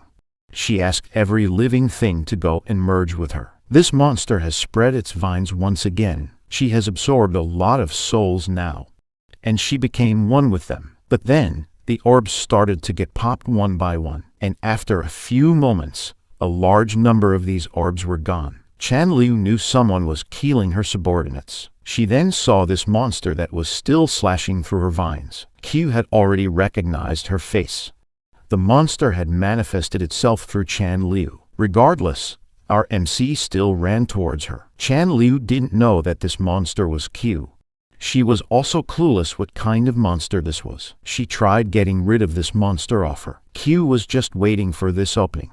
As soon as she raised her hand, our MC jumped. He performed 1,000 cuts. After this, he continued to approach her. These roses then appeared to stop Q. They explode as soon as someone gets near them. Luckily, Armak was fast enough to get past them. The cameraman continued on broadcasting this development to the public. This new monster was just too fast. This professional who was watching began to be scared. Every attack and explosion that this monster faced, it managed to dodge them. His speed, reaction time, insight, and agility were all out of the charts. The main reason why humans were still winning against the monsters was because they have the intelligence and wisdom. But now, a monster had emerged that showed the same kind of characteristics as a human.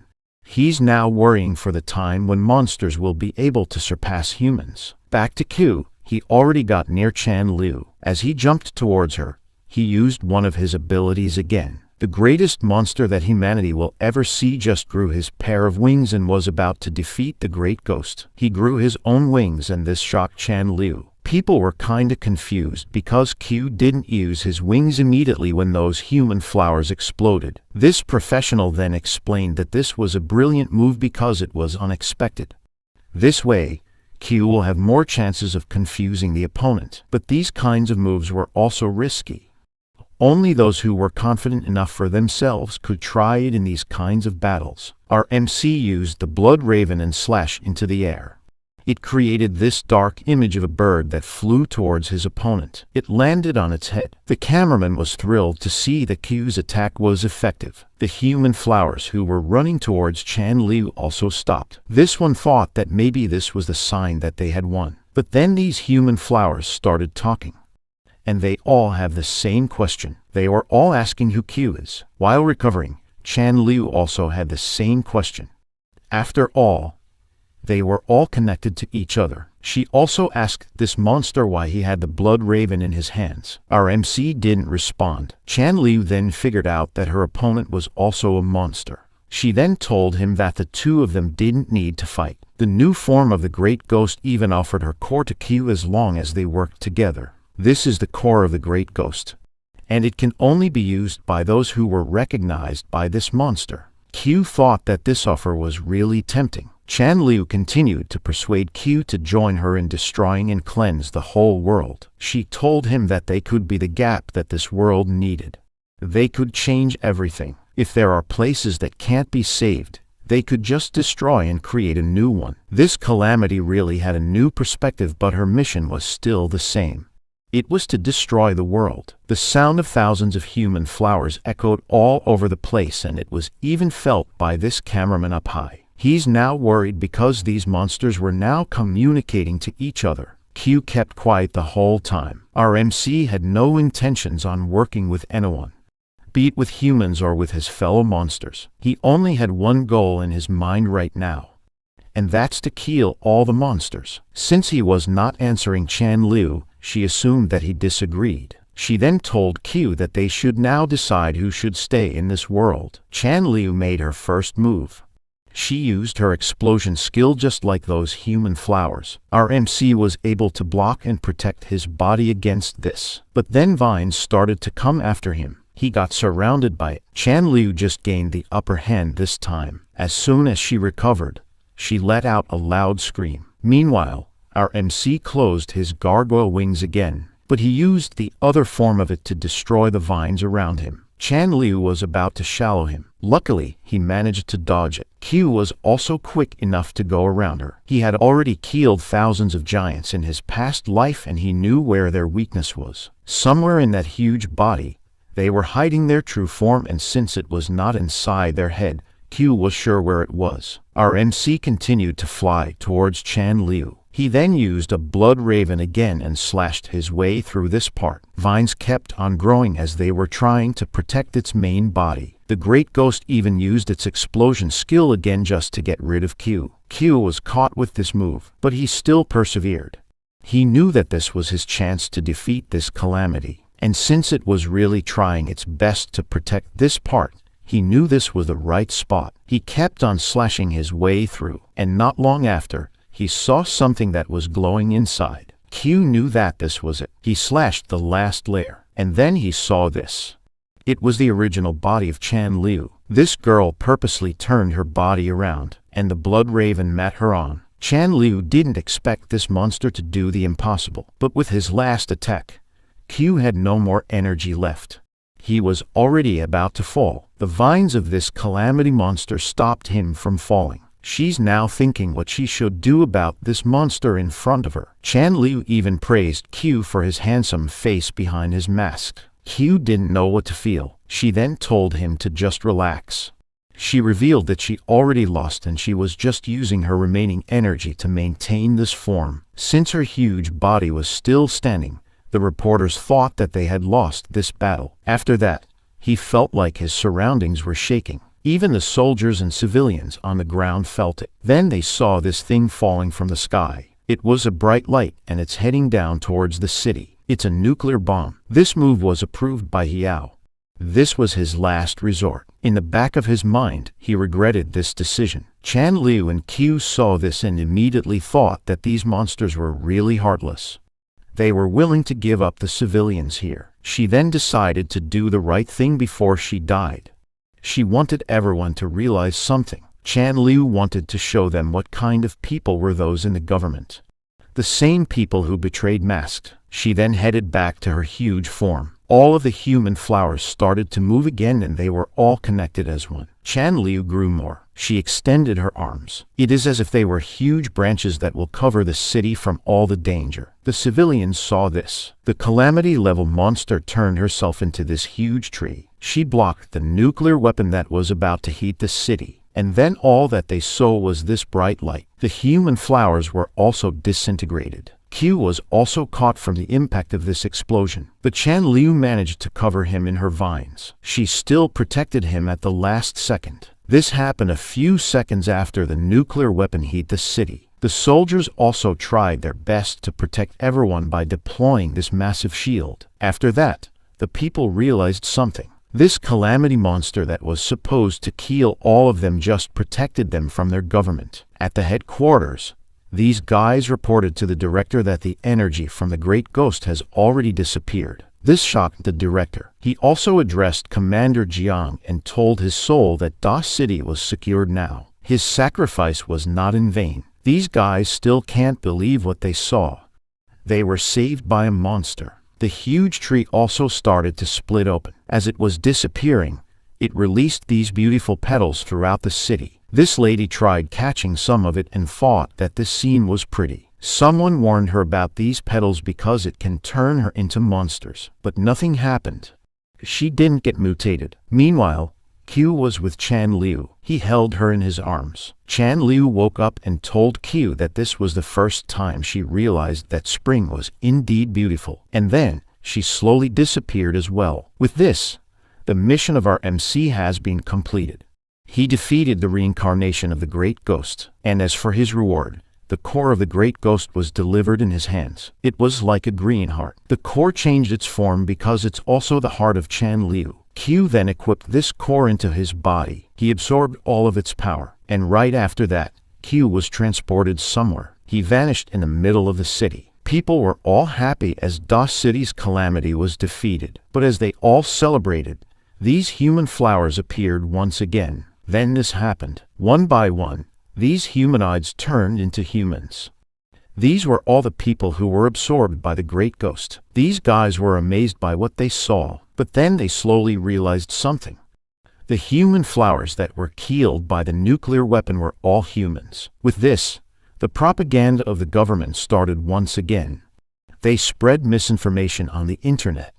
They even blamed Mask for this disaster. Some of these trolls even said that this move shouldn't have happened if Mask appeared right away. After that, all the information and news about this matter were deleted by the government. It is as if people were not allowed to voice out their opinions regarding this matter. These kinds of things were also happening in real life. It was really sad when we realized it. Meanwhile, these congressmen were back at it again with their meetings. They are now discussing the preventive measures they have taken with social media. They really made sure that people would still blame Mask for this disaster. Yao was still silent about what happened. Turns out, this man really planned things through. They suggested the nuclear weapon to kill thousands in the city and use it to get Yao's position. This guy then came in front and acted as Yao's spokesperson. He then told everyone that all of the people present in the meeting agreed on that nuclear weapon. But the main problem was how they could turn this disaster into an opportunity. He's really planning to pin everything to Mask. This guy then butted in that this plan was impossible because Mask was not even at present in the city. That same reason was what they will use to gain the vote of the people. They will spread news that implies that they were forced to do such a thing because Mask didn't come to rescue the city. He also wanted to add that after all the resources that humanity had given to Mask, he still didn't take the responsibility to act as their hero. This guy was really pure evil. He's an expert on ruining someone's image to make themselves look good. All the people inside the room were speechless. After that, Yao and this man were left inside the room. He assured Yao that everything was now under his control, but Yao revealed that he was not worried about that. This incident made him realize that humanity was still not ready to take on the monsters. Their manpower was still lacking. He then asked this guy about the preparation of their new experiments called Morning Sun. This guy reported that after hundreds of attempts, they have now seen some successful subjects. Some of the bodies were able to maintain their monster forms for a long period of time. He told Yao that sooner or later, their attempt to fuse humans and monsters will be successful. He also told his president that they will be the ones to ascend mankind into new heights. Soon, humanity will be able to reach everything, even the gods. This is the map where the battle between humans and monsters was happening. This vast lands area was up to millions square kilometers. It was also said that this made up part of Africa, South America, and all of Antarctica. This is where Mask was assigned last time. He led the people here. But monsters were coming everywhere. It was like their den, and thus, this place was called the birthplace of calamity. This was the source of all the monsters. The only man that opened this place again for humanity was Mask. He was able to withstand the wrath of the gods and even defeat them. Right now, this was the state of that place. These 4 men were waiting outside this portal in this dense forest. They were here because they had something to report to their captain. After a few seconds, a silhouette appeared in the portal. Their captain's power was too exceptional. This secret realm in front of them was a level 7 dungeon and their captain managed to clear it in just 30 minutes. This right here is their captain. and she's considered as one of the geniuses in this world. She asked her men why they all have weird expressions. This guy then proceeded to report to his captain. It's about the disaster that hit the DOS city. She asked if the problem was resolved. It was resolved, but it cost them the life of her father, Commander Jiang. After hearing this, she walked out and told her team that they should go to the next realm now. All of them were left speechless. The death of her father seemed not to affect her with her mission. These men were all concerned about their captain's mental state. This lady could control lightning attributes freely, but her nickname was Immovable Ice. This was because of her cold emotions. Their captain heard them talking about her and scolded them. In these areas, secret realms spawns faster. Professionals like them don't have much time to rest. And this is why strong teams were assigned to clear more dungeons than everyone else. Captain Jian always clears the secret realm all by herself. But this time, these men asked her if she wanted them to come. They do have a point. They needed to fight as well so that they could get stronger. But these statements just made Captain Jian feel that they were just doubting her skills. Her team immediately backed off. She then went inside the portal all by herself. Instead of being annoyed about it, these guys praised their captain even more. It would take someone with a lot of mental state to accept that her father just died and still continued to hunt monsters. They viewed her more like the monsters that didn't have any emotion at all. This is what's inside the secret realm. Captain Jian just went in without any fear or hesitation. She stopped walking because she saw something. There were bodies of monsters in front of her and they were all defeated. She initially thought that these monsters were killed by a small team, but all of their wounds were inflicted by the same kind of weapon. This meant that they were all defeated by one person. Captain Jian heard something ahead and she quickly dashed towards it. She then saw this huge humanoid shark that was ready to attack. These monsters were attacking this guy. Captain Jian immediately knew that this guy was a low-level professional, but all of his movements were exquisite. Even if he had fatal injuries with him, he was still able to dodge, block, and counterattack all at the same time. This is where she thought she should come in. With her lightning speed, she appeared in front of the humanoid sharks. She was also able to defeat these monsters with just one hit, and after a few seconds, 3 monsters were already on the ground. Captain Jiang didn't waste any more time and asked this guy what team he belonged to, but she didn't get any response. The guy that was in this secret realm was RMC. After enduring this intense fight, Q's body gave up and he lost consciousness. Captain Jiang was a bit disappointed because she thought she found someone she could respect in terms of power. More monsters then started coming in. These guys were all high-leveled. She now didn't have any choice but to defeat these monsters. She wielded her spear and enveloped it with her lightning skill. Captain Jiang also remembered her father. He died fighting these monsters. This lady was furious because of what happened, and she channeled her outrage towards these monsters in front of her. Outside the portal, her men were still waiting for her. They were now starting to worry because their captain took a little longer to clear this dungeon. But then, the portal started reacting. This meant that their captain was coming out. Captain Jiang came out, but she was carrying another man on her shoulders. Her men quickly asked her what happened and who's this guy with her. Their team transported Q to this facility called N5. This is where professionals camped out and regrouped after their battles in the secret realms. There's also a high-end hospital here. Professional healers were somewhat rare. That's why those fully trained doctors were assigned here. Q was brought to this facility. His vitals were also all good. The doctor was also amazed at his recovery speed. His body received too much damage, but he still survived. If it were normal people, they would have died on the spot. Captain Jiang was told that Q's ability was too exceptional. Q's body was also filled with radiation. That's where he got the scar on his face right now. The doctor also advised Captain Jiang that they will monitor him further for the radiation, but as for his overall health, Q was out of danger. After that conversation, this man came in. This was the Supreme Commander of Army Camp N3. He was Liang Shenghai. Captain Jiang immediately stood up.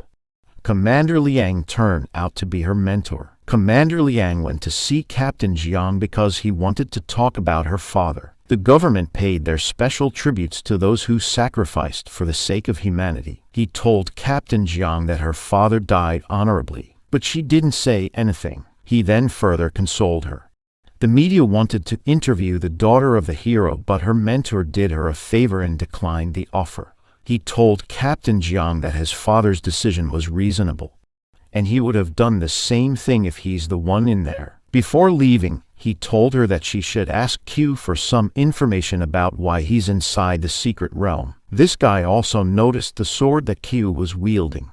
He said that anyone who could use this sword was interesting enough. She then asked him about the sword, but then the commander already left the room. Right now, she has no choice but to wait for Q to wake up. After a while, Q opened his eyes. Q quickly scanned his surroundings. Captain Jiang felt something with his gaze. She backed out and held her weapon immediately. That brief moment was the first time she felt threatened by someone. After he assessed the situation he was in, Q calmed down. He told Captain Jiang that she can now remove the Roman 4 bag on him. Q sat down and asked her where he was.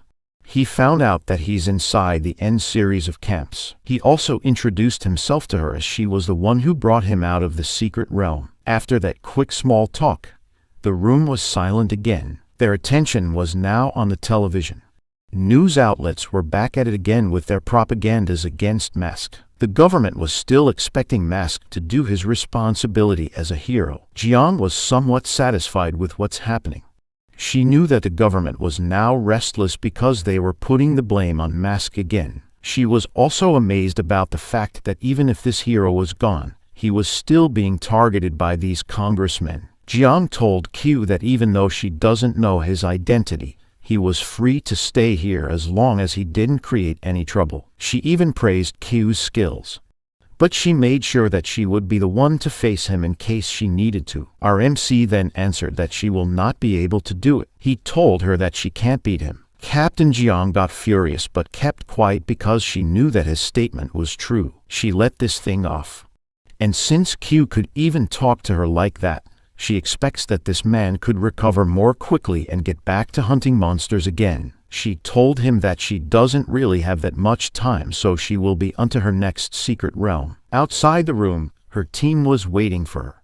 They all asked for information about Q. These men were quite curious because Commander Liang personally went inside his room. They were also asking what team that man belongs to because this was the first time they've seen him. The only thing they got from their captain was the name of this strange man. They also noticed that their captain was annoyed after talking with Q. And speaking of the devil, Q came out of his room. They all told our MC that it was too soon for him to go. Q was already heading towards the secret realm. As for his true health conditions, the core of the Great Ghost was acting out. It still needed more time to settle in and it was demanding Q for more life force. Our MC needs to kill more monsters and absorb them to fully heal his body. Jiang's team was still trying to stop him from immediately going to the secret realm, but someone stopped them. It's Commander Liang. He told them that Q could do whatever he wanted to do.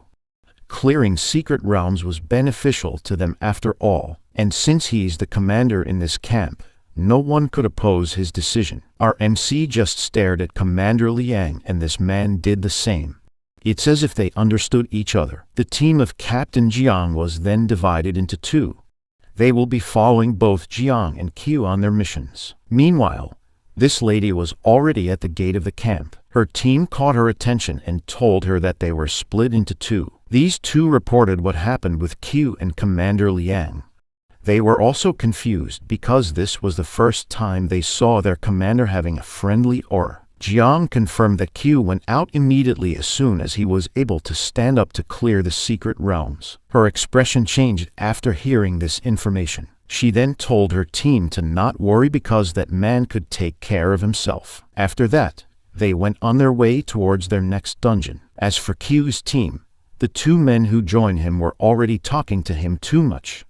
They told Q a lot of things about their captain. They also asked Q if he has some special connection with their commander because he let him clear secret realms right away. He then told him that the two of them didn't have any connections. They then told Q some information about this legendary commander of theirs.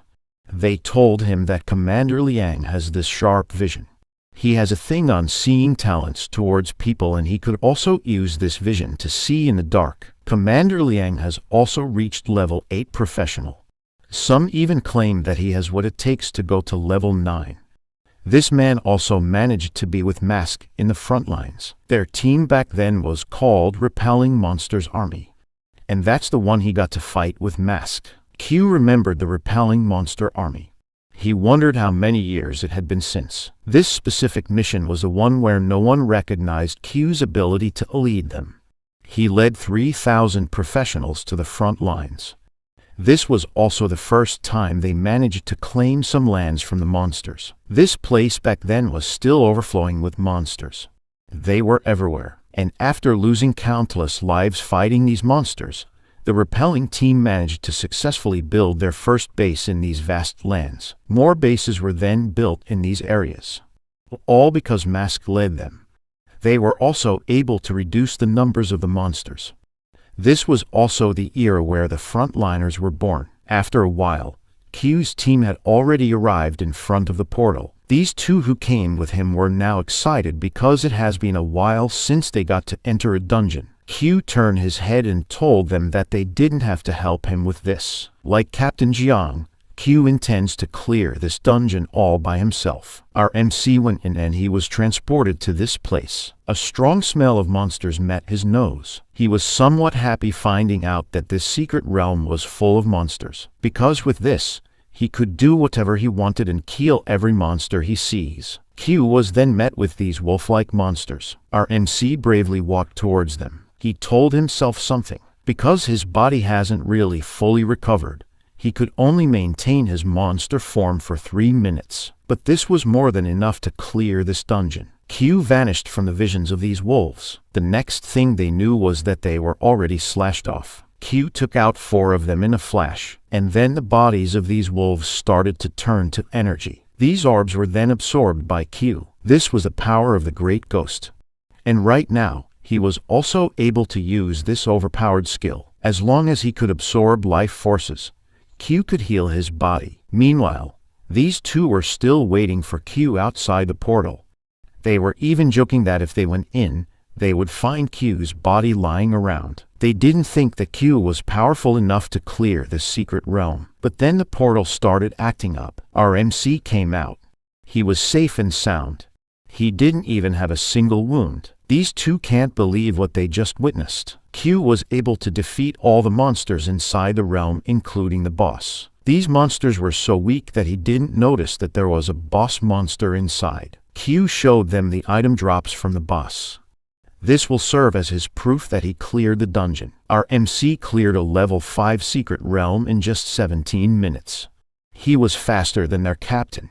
Jiang's best clear time was about 30 minutes. This was a clear statement on just how powerful Q was compared to Captain Jiang. After that, Q told them that they should head to the next secret realm now. He cleared the next one immediately. Q didn't stop until they ran out of time clearing these realms. As for Captain Jiang's team, they arrived at this portal too late. Based on the footprints that they saw, someone has already cleared this dungeon.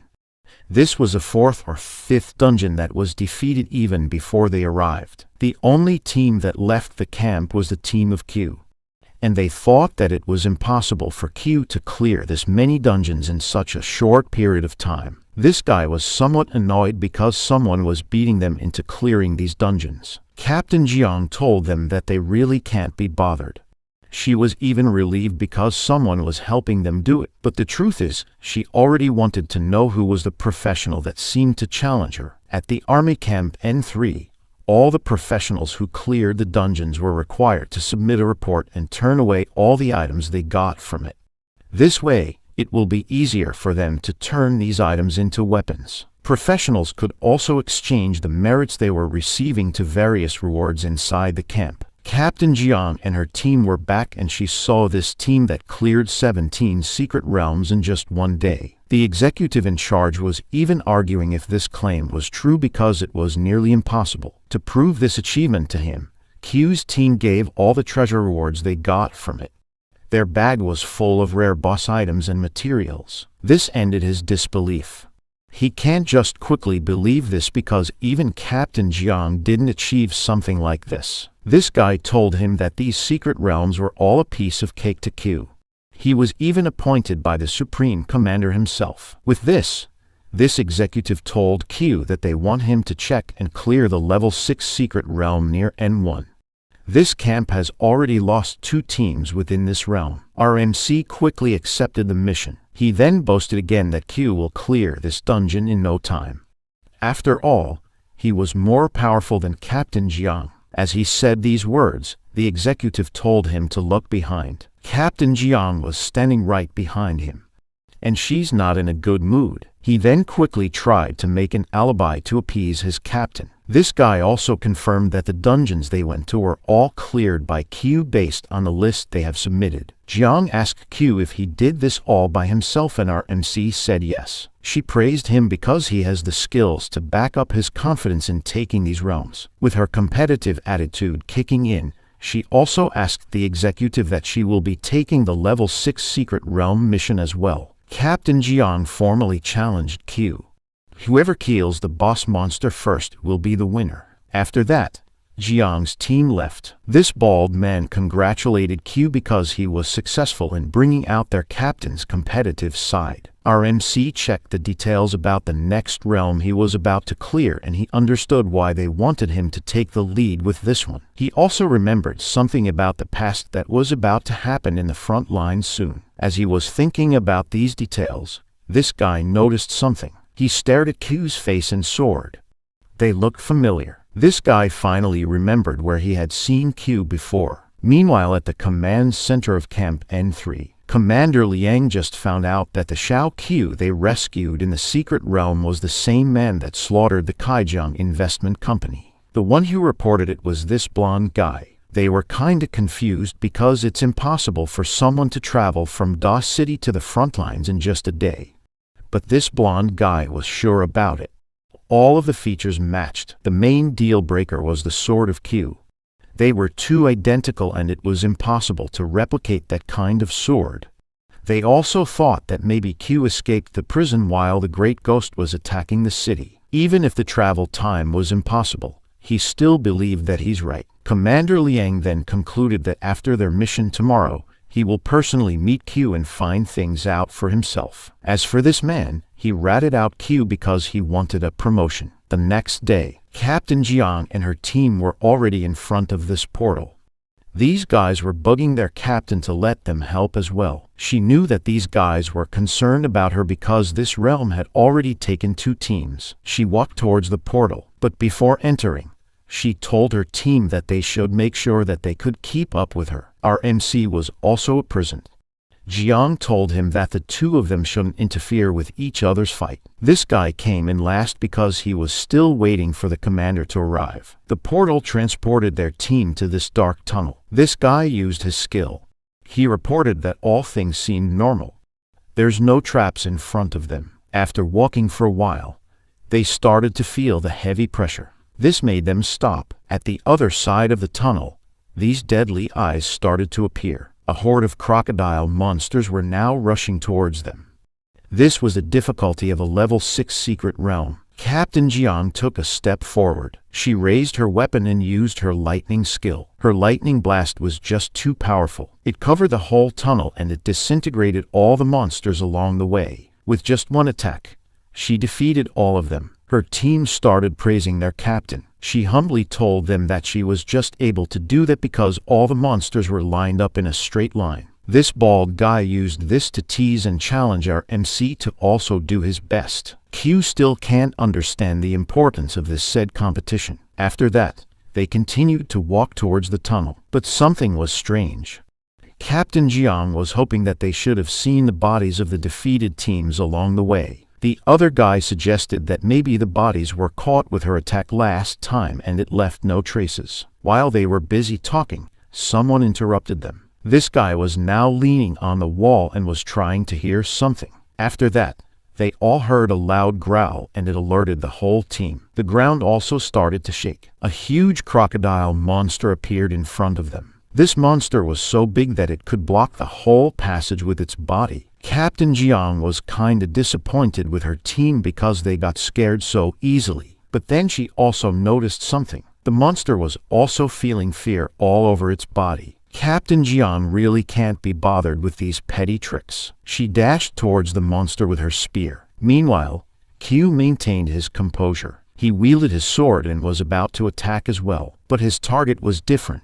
Our MC attacked the ground with Blood Raven. The huge crocodile opened its mouth and was about to attack Captain Jiang, but its mouth was met with her powerful lightning attack. Jiang then checked her team after defeating the monster. She saw Q with his sword on the ground. His attack was so strong that it created cracks all over the place. Our MC then pulled out his weapon, and it revealed another crocodile that was making its way underground. Q also took down this monster with only one attack. He also regrets coming into this realm with this team because he can't use his monster form to absorb the life force of these monsters. Meanwhile, these guys were shocked. They didn't have a single idea that there's a monster underground. Captain Jiang then went back to her team and asked Q how he found out about the second monster. She knew that she had fixed her attention to the monster in front of them, and if it wasn't for Q, her team would have been gone right now. Q told her that it was because of the shaking in the ground. And for these kinds of realms, it's not impossible for monsters to make their way underground. This guy still can't believe it. His powers let him detect monsters. He used it and he didn't feel the one on the ground. Q kept quiet. He doesn't know how to explain that his senses were too sensitive. In his past life, he could even detect the demon gods traveling by tearing the space and time. After this encounter, the team praised the two of them because they defeated the boss monster of this dungeon. But then Captain Jiang revealed that these monsters were not even the boss ones. There's no treasure chest beside them after they were defeated. The teleportation array was also not present. The team now wonders what kind of monster the boss is. Captain Jiang reminded her team to keep up and stay close. These guys quickly apologized because they felt useless in this mission. But she didn't care about this at all. This was not their fault. This realm was just too much for them to handle. After that, they saw this huge door at the end of the tunnel. They immediately knew that this must be the door that leads to the boss monster. Captain Jiang knew that this would be dangerous. Only she and Q will enter this room. The rest of the team will be left behind and guard the entrance. Both Q and Jiang held the knob and turned them around. They both entered the boss room. As soon as they were in, the door was shut down. These two continued walking. Captain Jiang was the first one to react. She heard light footsteps. These were coming from this monster. A humanoid lizard. Jiang noticed that it's a humanoid kind again. She wondered why most of the realms now were flooding with these types of monsters. The lizard then prepared itself for the battle. Jiang knew that this monster had already accumulated a lot of power. But it didn't stop her from doing the first move. She wielded her weapon and jumped towards the monster. Q just stood there and observed her fighting style. The speed of her spear already surpassed the speed of sound. But this monster was able to hold her weapon. This shocked Captain Jiang. Jiang was tossed to the ground by this monster. It was a clean hit, but she recovered faster. She held her gun and pointed it to the monster. This was a special type of gun that lets her lightning skill be used as its source of power. With that, the humanoid lizard was defeated. This fight was short, but it was intense. Q told Jiang that her way of fighting was too dangerous, but this was just her way of giving her best. Someone couldn't expect the best result without risking their lives into this mission. While they were talking, something caught Jiang's attention. She saw the humanoid monster's bodies, and this one has a human body inside it. And it was a guy from the previous teams that raided this realm. She quickly inspected the corpse and wondered how he was turned into this. At that moment, she knew that something was really wrong about the secret realms. More humanoid lizards then appeared in front of them. Jiang will take care of the one on the left side and our MC will take care of the other side. The lizards made their way to them. These two dashed towards them as well. Captain Jiang led the charge and jumped. She charged her weapon with her lightning skill and hit the ground with it. This was enough to make the monsters lose their balance and be vulnerable with her attacks. One humanoid lizard was able to sneak and make a sudden move, but Jiang was able to block it. She spun her spear and finished the job. These poor monsters didn't even have a chance. Captain Jiang still recognized their strengths because, after all, these were her former companions in the army camp. The only thing that's lacking in these monsters is intelligence. She also checked the status of Q. This guy was doing well. He's easily defeating the monsters around him. All of his movements were precise. After a while, only 2 humanoid lizards were left. Captain Jiang also confirmed that all of these lizards were indeed the professionals that went missing in this secret realm. Something caught Q's attention. There's these huge poles behind the lizards. It started reacting and the lizards also turned their heads around. These monsters started worshipping these poles. Captain Jiang thought that these monsters were trying to summon something. An ominous aura was released around it. A face also appeared right in front of them. Jiang saw this face, and just by looking at it made her almost lose her breath. She knew that she can't let these monsters summon this thing. She threw her spear towards the monsters, and it was able to land onto them. After that, these red eyes started to fade. The altar also disappeared in the process. Jiang quickly asked Q about what just happened. Q knew that those eyes belonged to a demon god that lives in the void, and it's looking at him. Our MC knew who this demon god was. After that intense fight, Captain Jiang's team had successfully cleared the secret realm. They also went out of the portal. Her team started to celebrate and praise these two, but Jiang seemed to be more concerned about what happened inside. She's not even happy about it. This made these 4 into thinking. But then someone spoke, then caught their attention. It was the Supreme Commander. This guy went with this army of men with him. Some of the guys were confused because their boss came with the law enforcement team. He then told them not to worry because this matter doesn't concern them at all. This matter was related to our MC. Commander Liang has finally revealed the true identity of Q. He was the same man who committed a crime in Da City. This shocked everyone except for the blonde guy. Things then started to make sense. They started to remember the face of Q on the television. This guy was proud about what he discovered. He warned his teammates about Q, but our MC had no intention of hiding this fact. He introduced himself again to everyone.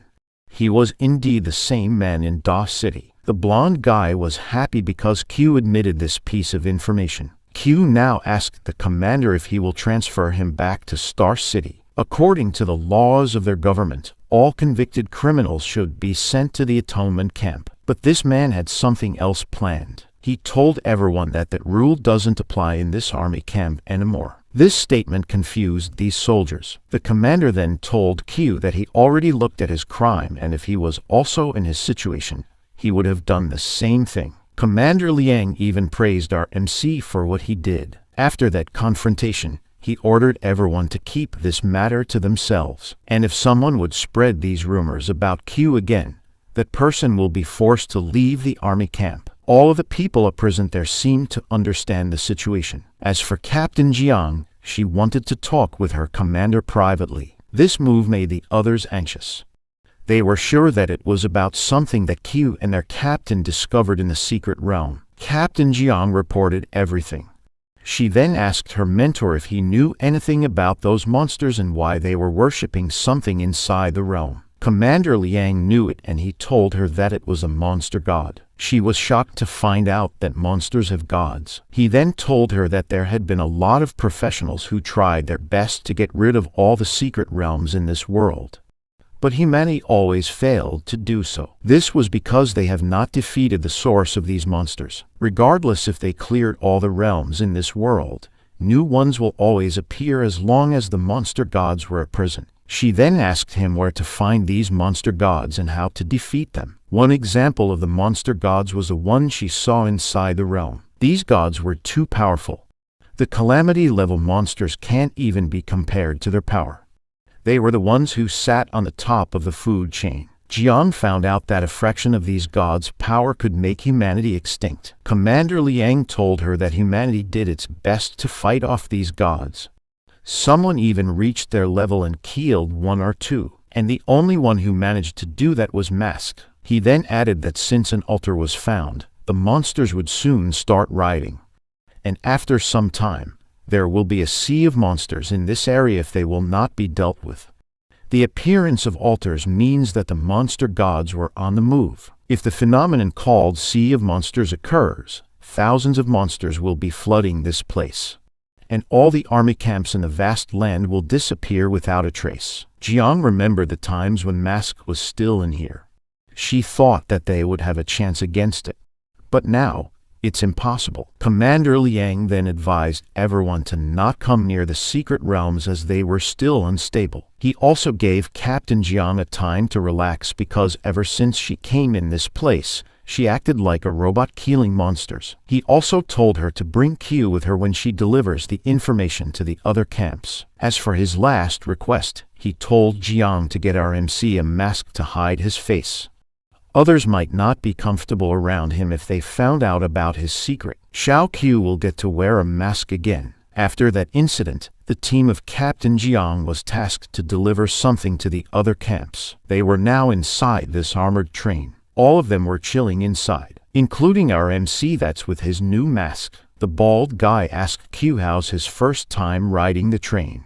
He boasted that this vehicle was the most reliable transportation tool in this desert. The others scolded him because he kept on saying this information to all the newbies they bonded with. Soon, they will also reach another army camp called M2. These guys were tasked to deliver important information. As they were trying to rest, the train suddenly felt a major bump. They looked outside and found another car beside them. Captain Jiang's team immediately reacted and prepared for the worst-case scenario. They thought that maybe this team was from M2 and now they were trying to flee from the monsters that had escaped the portal. Some of the secret realms have a time limit, and if the professionals fail to clear it on time, monsters will start flooding out. These guys were still trying their best to run for their lives. One of them also tried to kill the monsters behind. They were being chased by these wolves. This realm was flooded by monsters.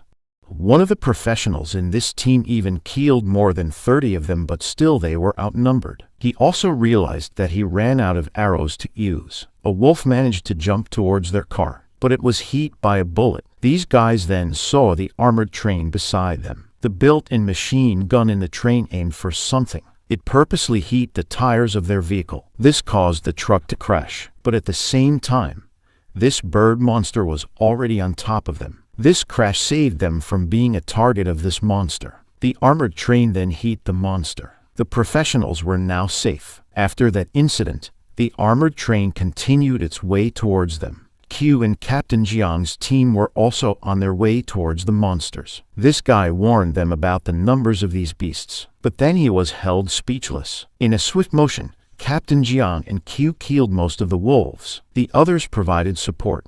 Their teamwork was perfect. These guys were just too powerful. They handled this matter in just a few seconds. This guy quickly recognized the strength of Q and Jiang. After dealing with these monsters, Captain Jiang told her team to treat the survivors and get them on the train. The others will also harvest the materials from these monsters. The professionals on the other team then thanked the N3 team for their help. These guys already knew that they were from N3 because of their captain. She was quite popular and they have heard about her even in these areas. As for Q, they were not familiar with him. The bald guy then introduced Q to them. He told the other team that Q just got assigned lately. Captain Jiang's team found out that these guys were originally 15. But now, only 3 of them survived. This was because of the sudden increase of monsters inside the secret realms. Some of the secret realms near them also had their seals broken. That's why they got outnumbered. They have already expected some realms on having weak seals, but they all got broken all at the same time. Jiang thought that this may be the sign that the Sea of Monsters was coming. She then decided that they should hurry and get to M2 camp first. Meanwhile, at the M2 army camp, these two were scouting the area around the base. One of them noticed that a lot of teams from their camp were going out to clear the realms, but none of them have returned yet. This guy then told him that maybe they were just taking their time to clear the secret realms. As he was scouting the area, This one saw something. An armored train was heading towards them. One of them signaled a red flag to notify the train to slow down as they needed to inspect it first. But the train didn't follow the protocol. The train went straight inside. It crashed into the walls of the army camp. All of the soldiers immediately went to see what happened. The train's door opened and something came out. It's the body of a professional. The soldiers then met the culprit.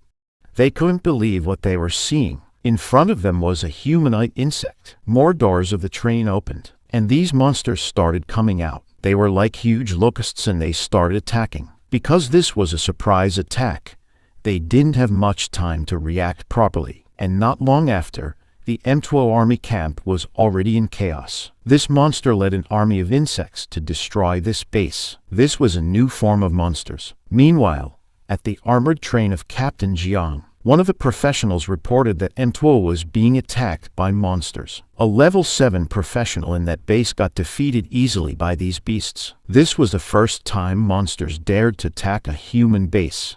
Something's wrong. Captain Jiang was not that surprised if the level 7 commander died in that attack.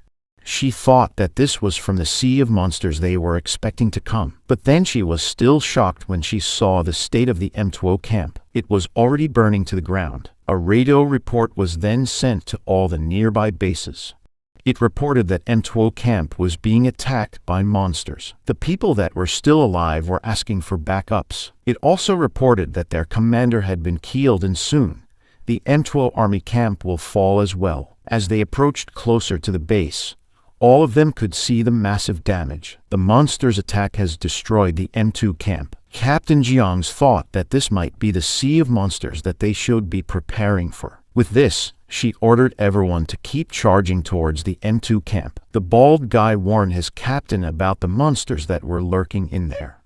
But she doesn't intend to fight the monsters. All she wanted was to look and save the people who survived the attack. This soldier was starting to get furious. He remembered the times when Mask was still there. These kinds of things didn't happen. He's now blaming the people who exiled the greatest hero. It's like the monsters knew that Mask was gone. After that realization, all of them went silent. The bald guy then tried to break this and lighten up the mood. He told them that Q was now wearing a mask, and if they look eagerly, Q looks like the greatest hero. The others quickly agreed. Even the way he stands, this guy really looked like Mask. He then approached Q and jokingly asked if he was Mask. Since our MC has no sense of humor, he answered the question truthfully. He told them that he really is Mask. His serious expression made them all quiet. They then thought that Q was just kidding. Some of them even asked for some autographs. Captain Jiang also joined in. She told Q that she hopes that this man could really live up to her idol's name. Meanwhile, the whole M2 camp was still burning. These monsters were still lurking and guarding the area. Captain Jiang could see these monsters from afar, and she wondered if these were really the ones that made M2 fall. And then, she saw a group of people running from a horde of monsters. These guys were the only ones who survived the attack. Captain Jiang's team met them outside. They also provided some support and made sure that no monsters could come near these fleeing survivors. This lady also wielded her weapon again and enveloped it with her lightning skill. She positioned herself and threw the weapon with all her might. This hit all the insect monsters that were on its way. The additional lightning skill also did something. The spear exploded mid-air and it got all the monsters that were chasing the survivors. Lots of them got burned. Seeing this, the monsters started to back off. Captain Jiang approached these survivors and asked them about the situation of the camp. This guy told her that the M2 camp had fallen, and he warned them not to go near the camp because even their commander died fighting these insects. He told them that there's one monster that was leading all of its kind. It's also an insect but in a humanoid form. It's also too powerful and was able to defeat their commander in just a matter of half a minute. The survivors insisted that they should not go near the camp, but Captain Jiang had been silent the whole time. She then did something unexpected. This shocked everyone. Captain Jiang then revealed that these men in front of them were not the real soldiers of M2 camp. They are the convicts from the Atonement camp. These guys didn't expect they would hear these words from her. The other guys in her team didn't really care about it because right now, They need all the help they could get. Also, the survivors denied these allegations. But the problem was these guys have killed the professionals that were escorting them while fleeing from the monsters. All of their equipment doesn't match. Even their weapons. The wound on his left ear was also not from the monsters. These guys then exchanged some looks as soon as their secret was revealed. They quickly dashed towards Captain Jiang, but she was already prepared.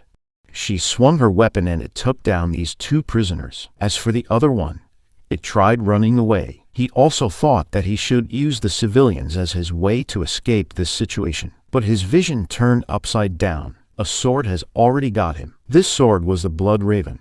It was from Q. This guy from the M2 camp also confirmed that he was not familiar with any of these three. And with all of that gone, they will not go to M2 camp anymore. This guy also approached his captain and told her about their current problem.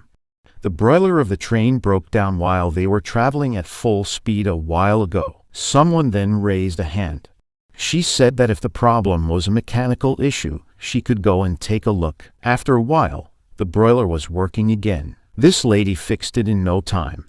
She was only a student, but her skills were already on par from those of a high-level mechanic. Captain Jiang asked her name. This lady right here introduced herself as Evelyn Clark, and she aspires to become the best mechanic ever. With the help of Evelyn, the train started moving again. Their team also started planning their next move.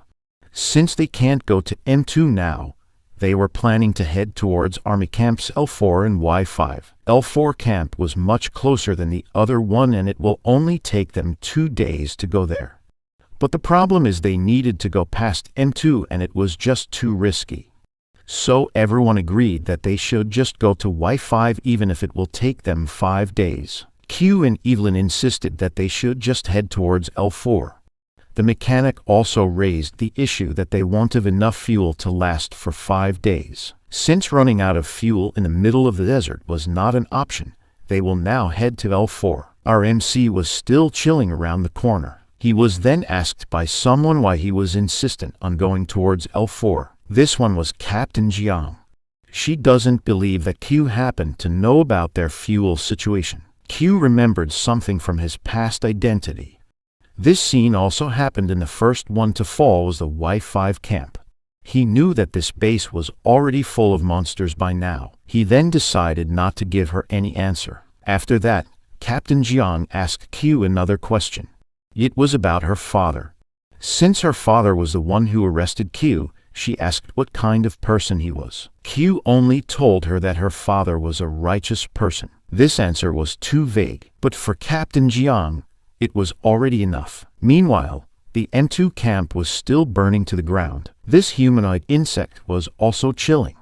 It was even holding a newspaper. This monster could also speak, and then it stood up. He saw a train that was passing right by their camp. This monster knew that there's some humans inside this train. He then spread its wings and flew right towards the train. The other insects on the camp also started following its lead. The soldiers inside the train were trying to calm the civilians down. They told them that this train was full of trained professionals that could easily protect them from trouble. This guy then looked outside and told everyone that the smoke from the M2 base was still getting larger. But one of the civilians told him that it was not smoke. The one they were seeing was a horde of monsters coming in their way. And among these monsters was this humanoid one. Captain immediately knew that they were in trouble. This humanoid insect was the one who killed the commander of M2 base camp. And she's not sure if she could handle such a monster. The humanoid insect also saw Captain Jiang. This monster knew that it should get rid of these humans right away. It then grabbed one of the insects flying and got one of its legs. It positions itself as if he was also locked onto something. The monster threw the leg towards the train, and it hit the wheels of the train. The train immediately lost its balance and started to crash. Some of the civilians inside got thrown outside the train, including Evelyn. Luckily, someone was quick enough to rescue them. The first ones to react were Q and Captain Jiang. After rescuing Evelyn, these two proceeded to their next task, and that was to prevent the train from falling. These two pushed the train with all their might to save it, and with that, the train was back to its normal position again. Evelyn couldn't believe what happened.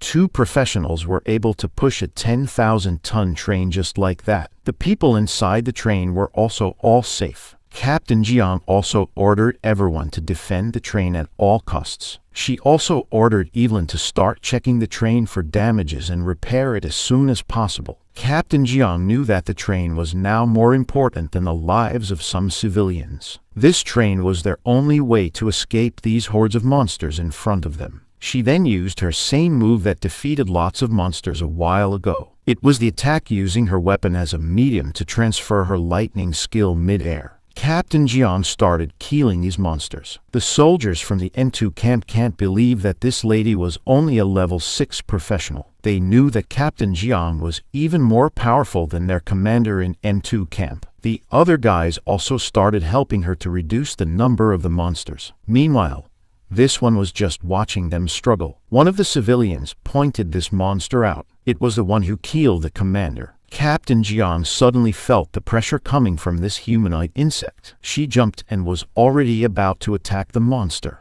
But as soon as she released her attack, the monster seemed to fade away. She knew that the one she hit was just an after image. This monster's speed was just too fast. The monster then attacked Captain Jiang. The attack was too powerful and it sent her down to the ground. The humanoid insect didn't want to stop there and was already about to launch another attack. Its arms turned into a scythe, and it was about to use this against Captain Jiang. But luckily, she recovered and was able to block the attack. She was just a few centimeters away from danger. Someone then quickly came to help. It was our MC. He landed a hit on the monster. It sent him flying towards the forest. Captain Jiang didn't expect Q to help her. He then told her that he will now take the humanoid insect on his own and ordered her that she will take care of the leftovers. Captain Jiang didn't have the strength to stop Q. She just told him not to die. This humanoid insect was still flying. The punch it received was too powerful. After a while, it was able to regain itself. Q was also on his way towards the humanoid insect. This monster got confused because Q was a human in form but has the same scent as theirs. But our MC really didn't care about these things. Whether he's a human or a monster. He threw his mask again and told the humanoid insect that he's neither of the two. He also got the blood raven again and slowly gathered his powers and was about to transform. After his transformation, he preferred to be called a monster. He talked to Blood Raven. They were both happy because they could finally use their full power to this humanoid insect. After seeing Q's new form, this monster felt some uneasiness all over its body. It knew that it should be the one who attacks first because that's the only chance it has. And it did just that.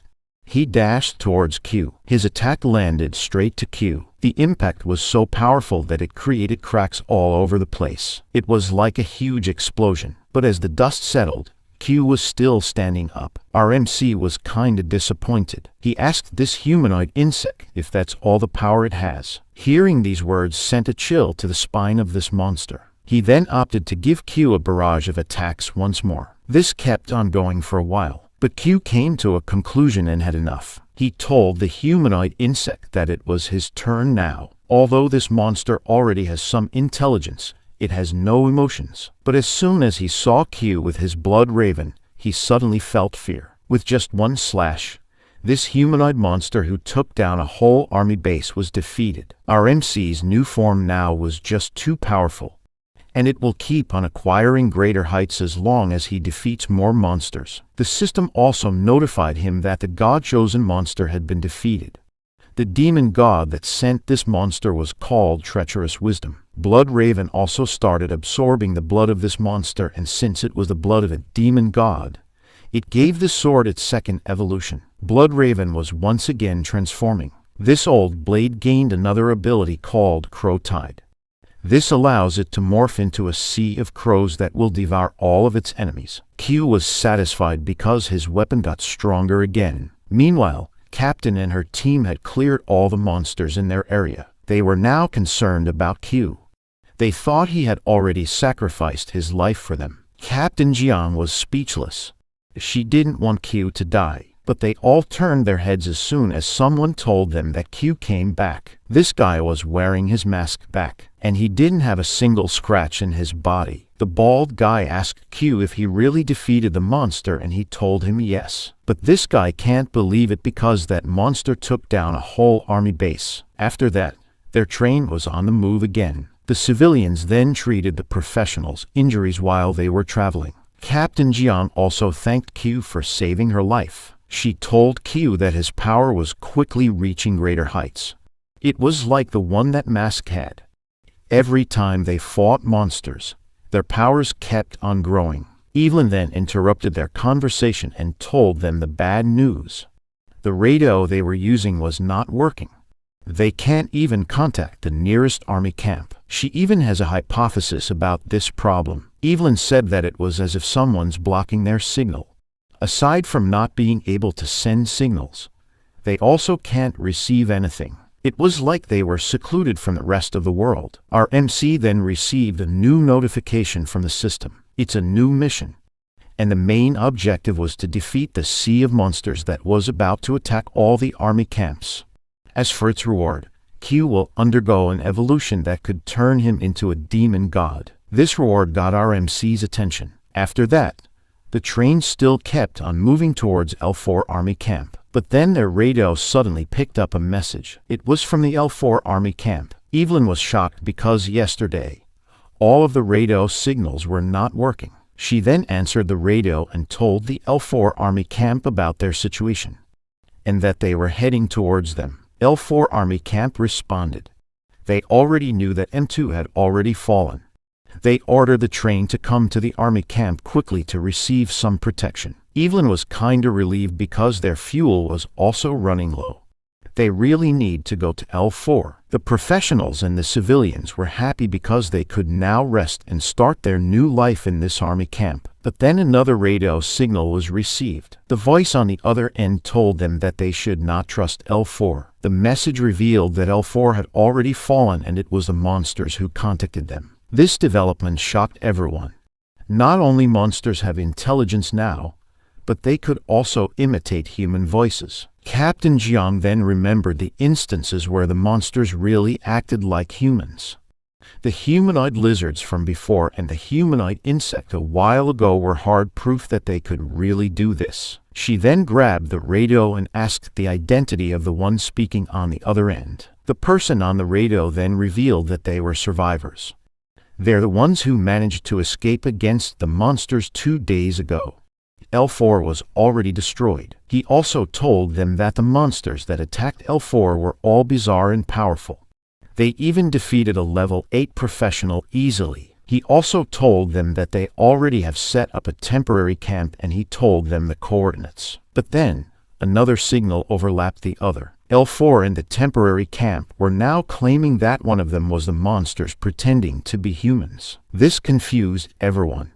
They have no way of telling which one was telling the truth. Some of the civilians opted to believe the ones from the L4 camp because they knew that an army base would not fall against the monsters easily. Captain Jiang was still thinking about what to do. She then asked for Q's opinion. Our MC told them that they should not go to either place. He told them that both of these camps were traps. In his previous life, there's this demon god that could enlighten and give wisdom to other monsters. And this demon god was called Treacherous Wisdom. This demon god was also the reason why the camps fell into crumble. Those monsters that were given some intelligence led monsters on a rampage. They also deceived and enslaved humans. But last time, the L4 camp was able to withstand the attacks of the monsters. Our MC thought that since he was not going to the void anymore to fight these demon gods, they now have more energy to spare. That's why this attack was enough to take down L4. Q was now thinking if this development was a good or a bad one in the long run. He then smiled and thought that all things will just be fine as long as the world doesn't get destroyed. The only thing that Q was focused on preventing was the extinction of humanity. After that confusing encounter with the monsters that were pretending to be humans, Captain Jiang's group decided to just go and check the temporary camp. They reached the place that was indicated on the coordinates, and there's really a small campsite built by humans. These professionals from L4 welcomed them right away. But the only problem was they were already being controlled by monsters. Not long after, they attacked Captain Jiang's group. Our MC was the one who prevented these guys from attacking their group. Although they resolved this matter quickly, they still suffered some damages. Evelyn, together with some soldiers, were tasked to exchange some resources to this camp. But then her companions got killed. She's the only one who survived. All of these things were being recorded by Captain Jiang. She had this diary with her. Captain Jiang then started talking to Q. She told Q that L4 army camp got baited as well into taking these survivors, and that led into their base falling into the hands of the monsters. She asked Q if monsters could really gain intelligence and even have the ability to plan out strategies on their own. Q knew that this was possible. Unlike the other demon gods, Treacherous Wisdom always uses his intelligence against Mask. He lets everyone do their job while he is hiding and planning something more dangerous. Among all the other demon gods, Treacherous Wisdom was the only one he had not seen. This one always hides himself from battles. Jiang also opened up the weapon that Q uses. She told him that it was really strong. He then told her that it was a gift from a friend. Q remembered Zixi and wondered if she would still consider him as her friend after killing her younger sister. In his past life, he also experienced the same scenario and the ending was not good. But right now, he knows that he can't really be distracted with these things. Their conversation was interrupted when this guy told Captain Jiang that she should look outside. At the other side of this cliff, something was happening. There were a lot of monsters running towards the same direction. There were even these flying ones. Captain Jiang quickly noticed that these monsters were also heading to the A1 army camp. They were at least several thousands in numbers. This guy then saw something on the opposite side of the battlefield. There were a lot of tanks that were about to face these monsters. These ones started their attacks, and the monsters got heat. A lot of them were defeated. Captain Jiang praised the military tactics that these guys used because they lured all the monsters in one place and took them down in one go. The train continued their way to A1 army camp. They were also approached by these trucks. Captain Jiang and her team stopped the train. They also introduced themselves to these soldiers from A1, but instead of welcoming them, guns were pointed at them. These guys from A1 don't trust them. The bald guy tried explaining and clearing this misunderstanding up, but these guys told them that the first ones who were controlled by the monsters also said the same thing. Someone from the back then spoke.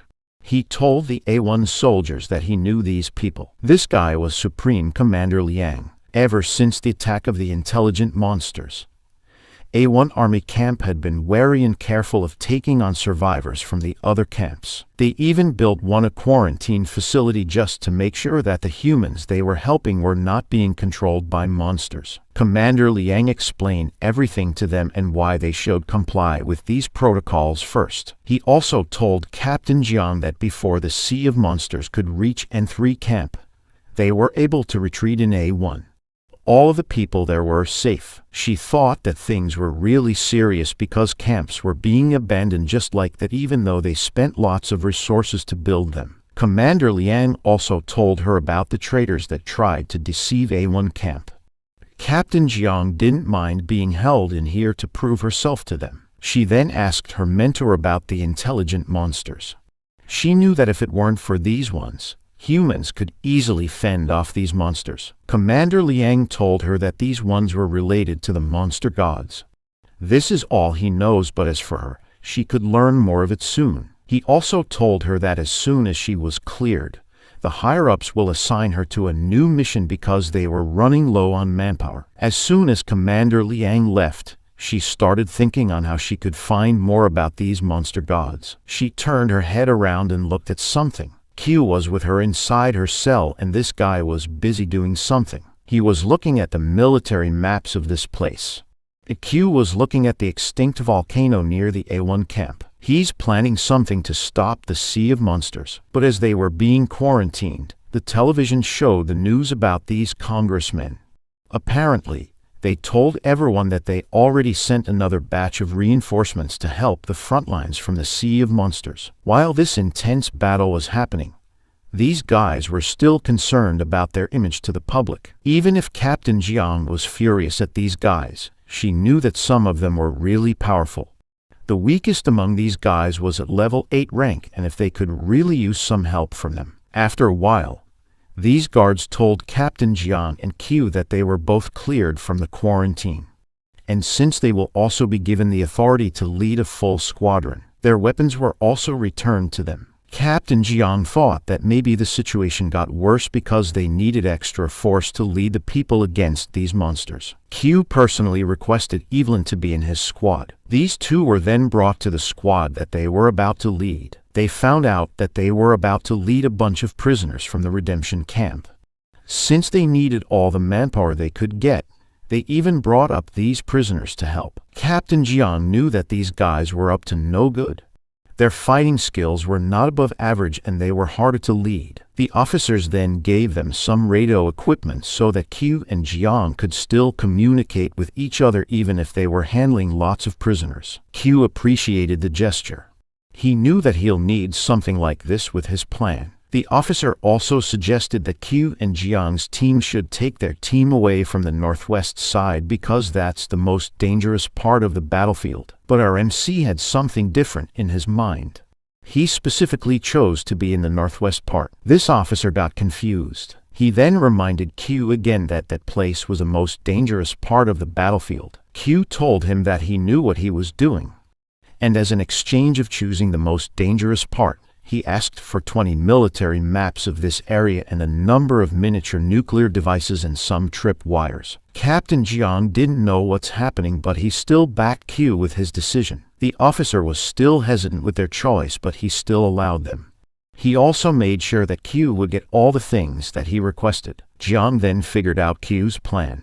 Since they were leading these convicts, Q chose the most dangerous one to intimidate these men and give them no choice but to follow his orders. But she told Q that this plan was just too risky because these men could still disobey their orders and all of them could get wiped out. He then told Jiang that this plan's success rate was dependent on how she and Evelyn could perform their tasks. 2 hours later, Evelyn was now panicking because of the task given to her. Aside from the fact that they were near this volcano, all of the people with them were all criminals and she's not sure if they will all cooperate. Q told her that they really had no other choice but to try. These miniature nuclear weapons were being installed all over the area. Q gave all the prisoners the exact place where they should put these devices. Some of the men here were really not cooperative. After all, they just met Q and now they need to follow his commands. Q knew this and he approached the prisoners. One of them got annoyed and did this. He told Q to behave and his life will be spared if they could also get Captain Jiang and Evelyn. This statement got Captain Jiang's nerves. She used her lightning speed and dashed towards this man. And the next thing he knew, he was in a lot of pain. Captain Jiang already used her weapon and got him. Q had no objection with this. These criminals needed this for them to realize that she was more than enough to kill them all. Captain Jiang also showed them her deadly lightning skills. This was enough to let them know who's in charge of this mission. Q gave these criminals 2 options. It's either die or follow his orders. They can't escape this area as well because monsters are everywhere. The battle between the artillery and monsters also began to heat up. Q and the others looked towards the battle, and slowly, the monsters were advancing forward. Evelyn knew that if these lines of defense were defeated, all of the monsters could surround them in an instant. The prisoners also started to panic. This was the time that Q had been waiting for. These men were now desperate and will follow everything he will say. Our MC also told them that if they will just follow his orders, he will surely create a miracle. This statement left them speechless. Q then assigned everyone. Each group will have 10 members. They will also be given 1 radio each group. This radio was the most important thing and they should not let the monsters get any of these. The groups were named from Group A up to Group K, and each of them have a specific place to plant the devices with them. Evelyn also figured out how to install these miniature devices all over the place. Not long after, Some of the groups have already reached their positions. They also reported that they were now being surrounded by monsters. Q told them to retreat and follow the path that he gave them. These prisoners were still doubting his skills, but they had no other choice but to follow him. And as they ran towards the direction that Q gave them, they really met the monsters. Q then told them to throw all they got towards these monsters. After distracting the monsters, these guys retreated. Q intentionally teased these monsters. He wanted them agitated. The next devices will now be detonated after a few seconds. A huge explosion was then heard all over the place. The agitated monsters got caught up from the explosion. Q then gathered up all the fleeing prisoners in one place. These guys were now being chased by monsters left and right. And one by one, these prisoners realized the detailed plan that Q executed. They were now full of hope that with Q's orders, they would all survive. As soon as the monsters grouped up, they threw all their weapons towards them, and it got all the monsters in the area. Their mission was successful. All the groups were then asked to return to the mountain top after their tasks. Captain Jiang was also tasked to use her powers to detonate all the miniature nuclear weapons that were planted all over the hot springs. As soon as that was activated, the weapons exploded and a frightening amount of water was poured out. These created a landslide that was backed by the huge boulders and trees on the mountain. In a split second, the monsters that were lurking around the mountain were swallowed by the waters. This final move wiped out all the monsters. The generals that were in the headquarters were all shocked by this development. The ones who defeated the sea of monsters were a bunch of criminals from the redemption camp. But as usual, the credit was given to Song Ming, Hiao, and to other congressmen who had no contributions or whatsoever. In return, Song Ming gave the prisoners a generous gift. He gathered them and took them in a private plane. Just when they thought that their efforts were appreciated, they found out that they would just be brought back to prison. Q, Captain Jiang's team, and Evelyn were immediately assigned to their next destination. After a few days, the criminals found out that these congressmen stole all the glory from them and they started rioting inside their cells. The officials then decided to kill all these men and framed them up on acting aggressively. Meanwhile, at the residence of the commander-in-chief of A1, the chief was with Song Ming and they were talking about the prisoners. This guy asked the chief why he let them kill all the prisoners. He then told Song Ming that he did that to protect their image.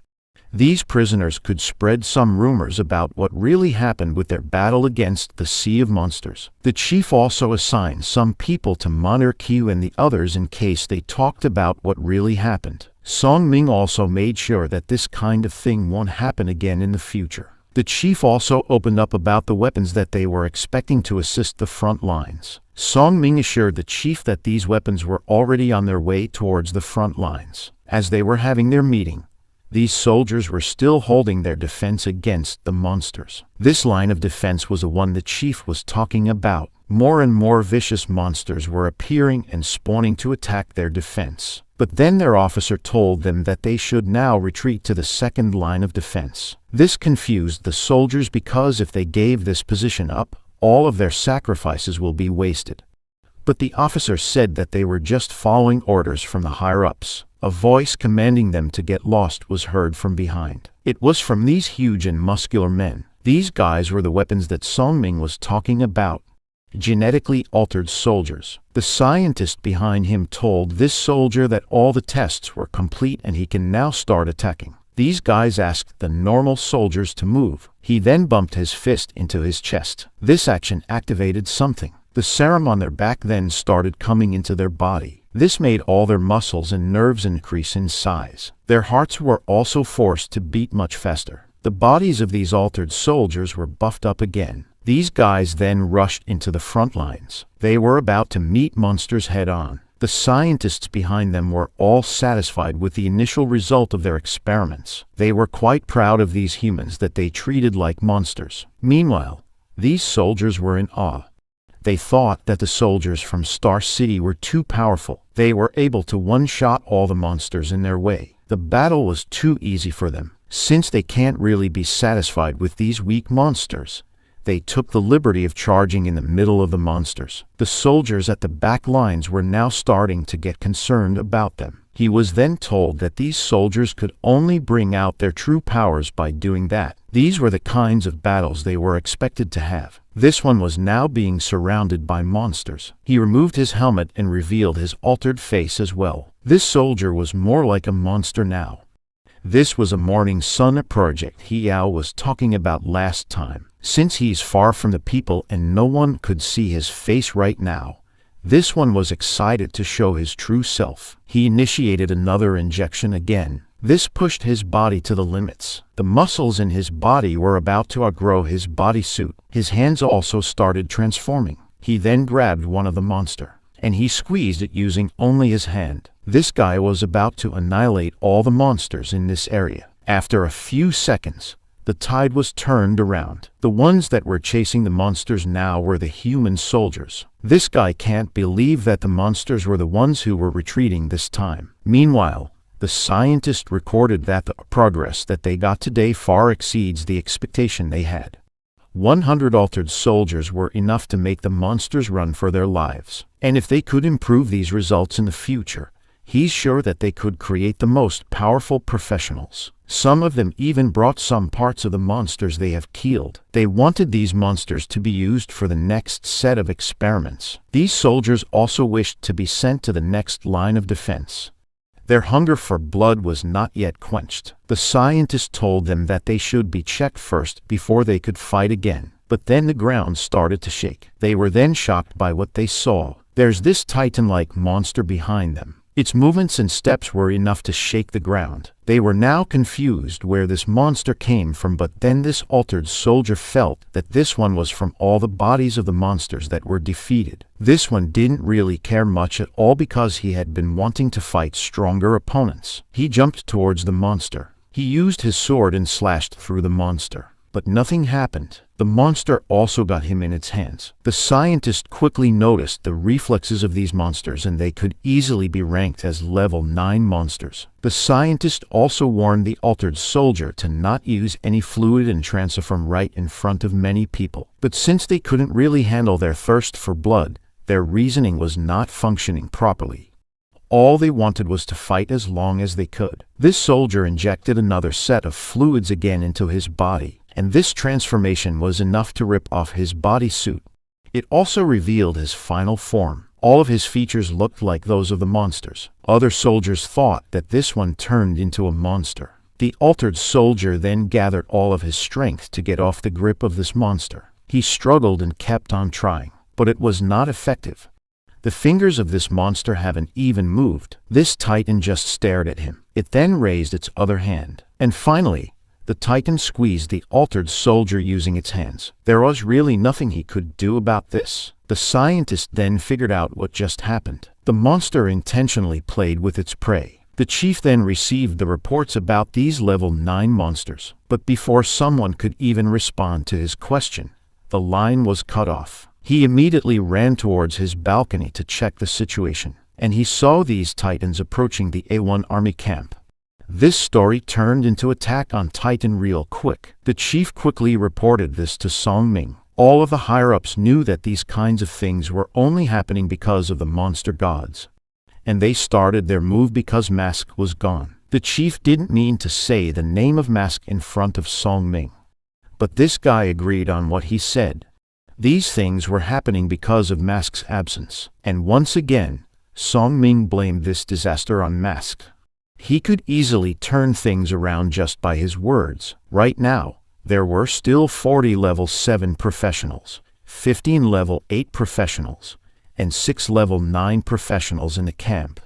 This includes Song Ming and the chief. Song Ming told the chief that they could use all the level 7 to 8 professionals to be a cannon fodder. And as for himself, he wouldn't be involved in protecting this base because he's just a representative from Star City. This statement made the chief feel disgusted. Song Ming plans to do what they also have done in Da City. They will use the soldiers to buy them some time, and then they will launch a nuclear attack towards the monsters. He doesn't care whether he'll need to sacrifice some of the professionals in the process. This guy planned it all along. The lower-leveled professionals will be replaced by their altered soldiers that were backed up by science. The chief knew that Song Ming could do everything he wanted.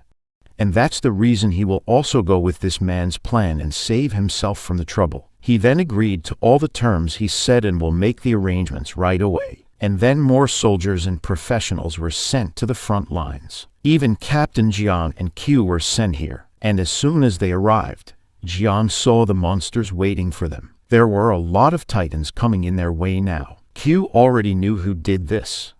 And it's the monster god named Treacherous Wisdom. These titans started to roar and show their might to the humans. This one even caught a small monster and made it like a rock. This scene reminded me of the Beast Titan from Attack on Titan anime. It threw the monster towards the army camp. The soldiers saw what's coming, but they were too slow to react to this attack. The attack landed towards the wall and it destroyed it. A few more like these were sent on their way. The monsters didn't stop there.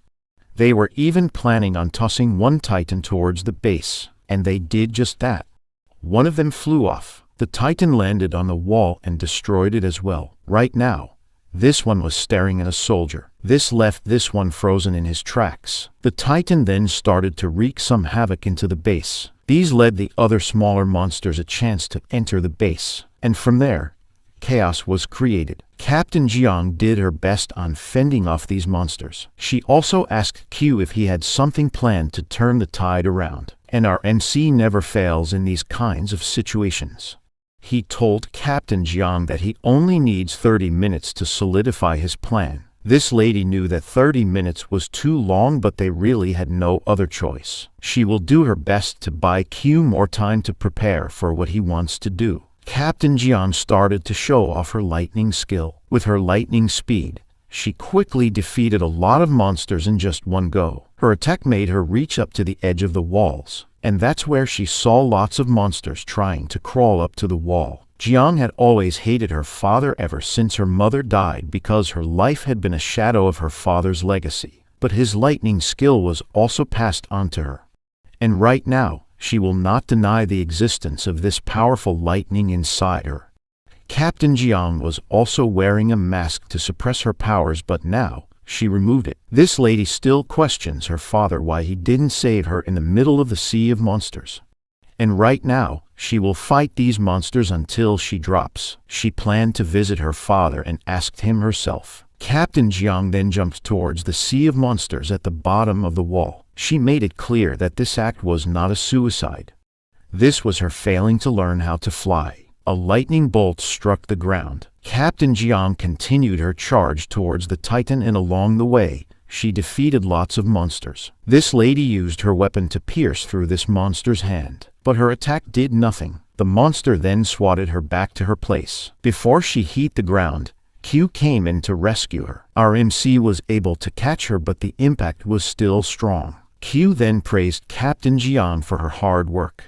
He told her that she had done enough. And right now, Q fixed his attention towards these titans. Our MC told Jiang that right now, she can't handle a level 8 monster. Q summoned Blood Raven again and told her that he doesn't plan to die here. As soon as Q got his sword back, his transformation started. Q didn't really care if someone saw his true form right now. The greatest monster will now end this senseless fight. Q needed the extra 30 minutes to be able to transform again back to this form. And while he was walking away, Captain Jiang saw him. She's caught off guard by this development. But then the Titan started to attack as well. Q met its attack mid-air. He also did a lot of slashes. This was enough to chop this monster's hands off. Q also did a horizontal slash towards the Titan, and a dark red aura slashed right through it. The Titan was cut in half. Blood started pouring from the Titan's body, and Q used this and made Blood Raven absorb all of it. The chief and Song Ming were also watching Q fight.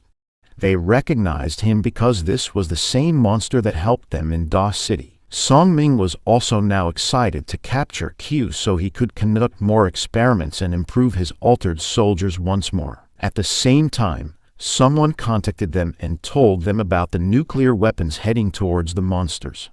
There were about 35 warheads deployed this time. These nuclear weapons then appeared right above the monsters and professionals. Some of them already lost hope right away. Song Ming then thanked these guys for the sacrifices they have given to humanity. But as these warheads were heading down to the monsters, a crack in space was seen. An eye appeared out of nowhere. Song Ming started to get scared because he knew that this eye was from a demon god. He's now panicking because he thought that this was impossible. Humans learned that there were some rules being followed in the universe. And one of these rules was that the monsters were being hindered by this invisible net. Only those small and weak monsters were allowed to get through this net. And as for the demon gods, their size was like that of a great white shark, so it was impossible for them to get past through the net. Since humanity learned about this net, they started to divide their power.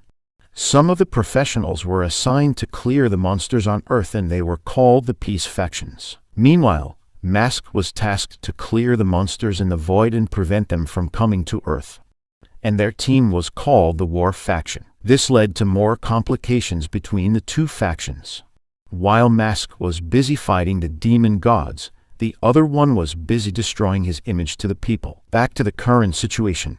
The warheads were still heading towards the monsters. But this eye saw these nuclear weapons. It then created these dark portals that absorbed all of these warheads. Song Ming was devastated.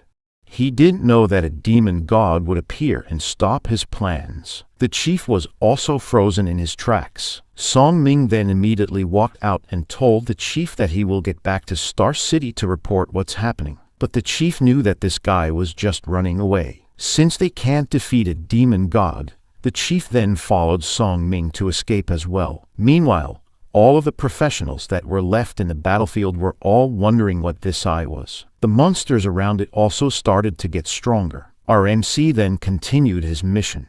He still defeated some of the titans, but with their buffed strength, Q was also swatted out. This attack was also too powerful. Our MC was back to the corner. This eye then saw Q in his monster form. Half of his monster mask was also destroyed, and it revealed our MC's face. As soon as the demon gods saw this, something changed. The eye kept on staring at Q. Captain Jiang also noticed it, but she thought that this doesn't make any sense.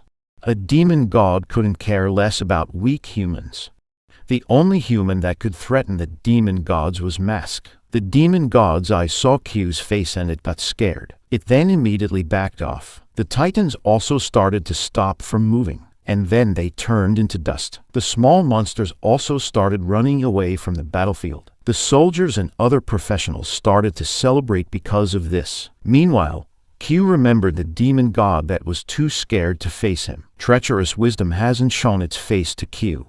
Not even once. But the moment when Q abandoned his identity as Mask, this demon god gathered its power again and began to attack. Q didn't expect the demon god to still be scared even if he's in this kind of state. That demon god was already at level 13 and it could easily defeat Q if it just assessed the situation. With that, the mission that was given to our MC was completed.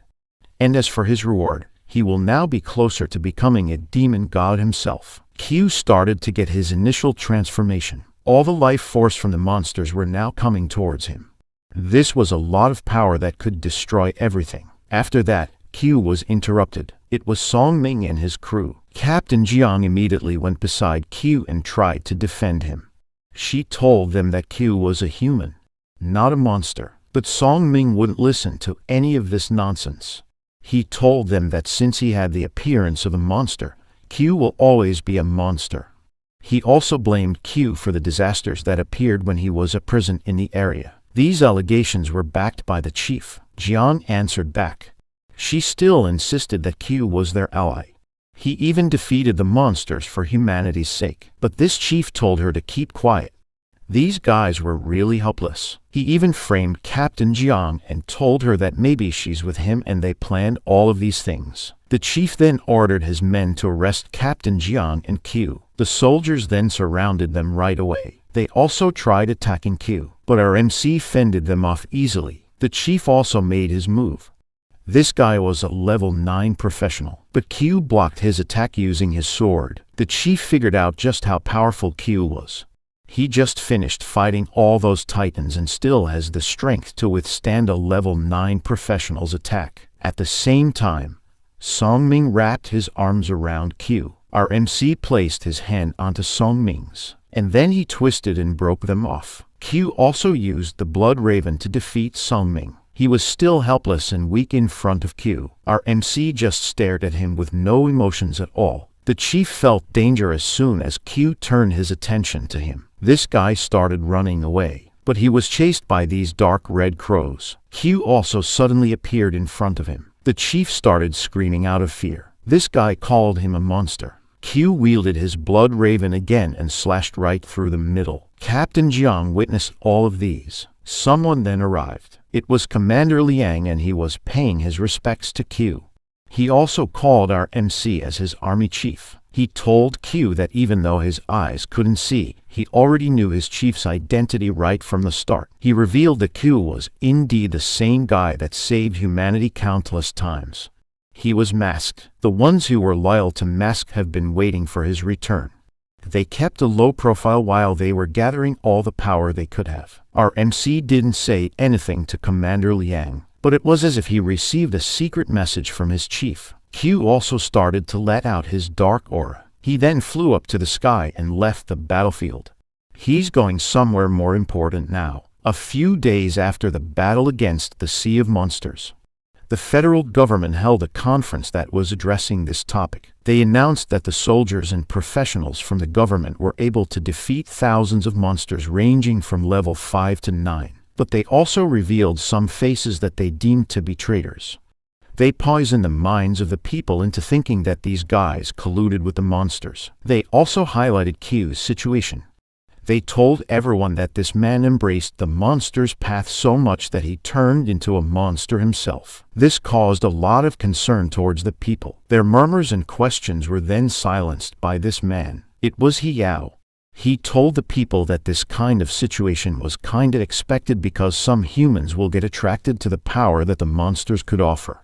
But he assured everyone that humanity will still prevail. They will slowly fight the traitors and still put them into a fair trial. These piece of sheets believed everything He Yao said. They were just too gullible. One of the reporters then saw someone that was standing from afar. Their camera got this image. It was the same guy who was branded as a monster. The civilians then started running away. Professionals that were guarding this event made their way towards Q, but our MC just dodged their attacks and let them off easily. He didn't kill any of them this time. Even if these guys tried their best, they really can't defeat Q. After defeating the professionals, Q continued to walk towards the stage. People also distanced themselves from him. They even created a path for him to walk through, and the one who was on the other end was He Yao. This man quickly recognized the silhouette of this man. It was the silhouette of his best friend who fought alongside him. He was also the same man who he impeached last time. He Yao now wondered if Q also recognized him the same way He Yao recognized Q. All this time, this guy was craving for Q's attention and recognition. Ever since Q became Mask, he felt like he lost his best friend. He was always at the back of Mask cheering along. He Yao then thought that this time's different. He could now prove himself. Right now, He Yao was sure he could defeat Q. He also has the same serum that the altered soldiers used. He could also use this to achieve Q's power. But our MC just continued to walk towards the stage. He Yao was now feeling all the pressure in the world. All he needed to do was fight Q in his state right now to get the whole world's approval. He knew that his time was running out, and after a few seconds, He Yao froze out and did nothing. Q has passed by. Our MC immediately went in front of the mic. Meanwhile, He Yao fell on his knees. Q then introduced himself to everyone. He told them that he was Mask. The civilians didn't believe him because Mask was not a monster. Along with the civilians that were present in the event was Captain Jiang. She still can't believe that Q was really indeed Masked. Q then told everyone that he had already returned but not as their hero. Humanity had already proven that being a hero was useless. And the only thing they needed was Q. It really doesn't matter what the people decide to call him. He also told them that one thing's for sure. Q was the only one who could lead them out of this abyss. He also corrected and set things straight. Q doesn't need humanity, but humanity needs him. This was the truth. Humanity should have been extinct a long time ago if it weren't because of Mask. These guys still doubted Q. They thought that Mask would never say these statements. Q continued his speech.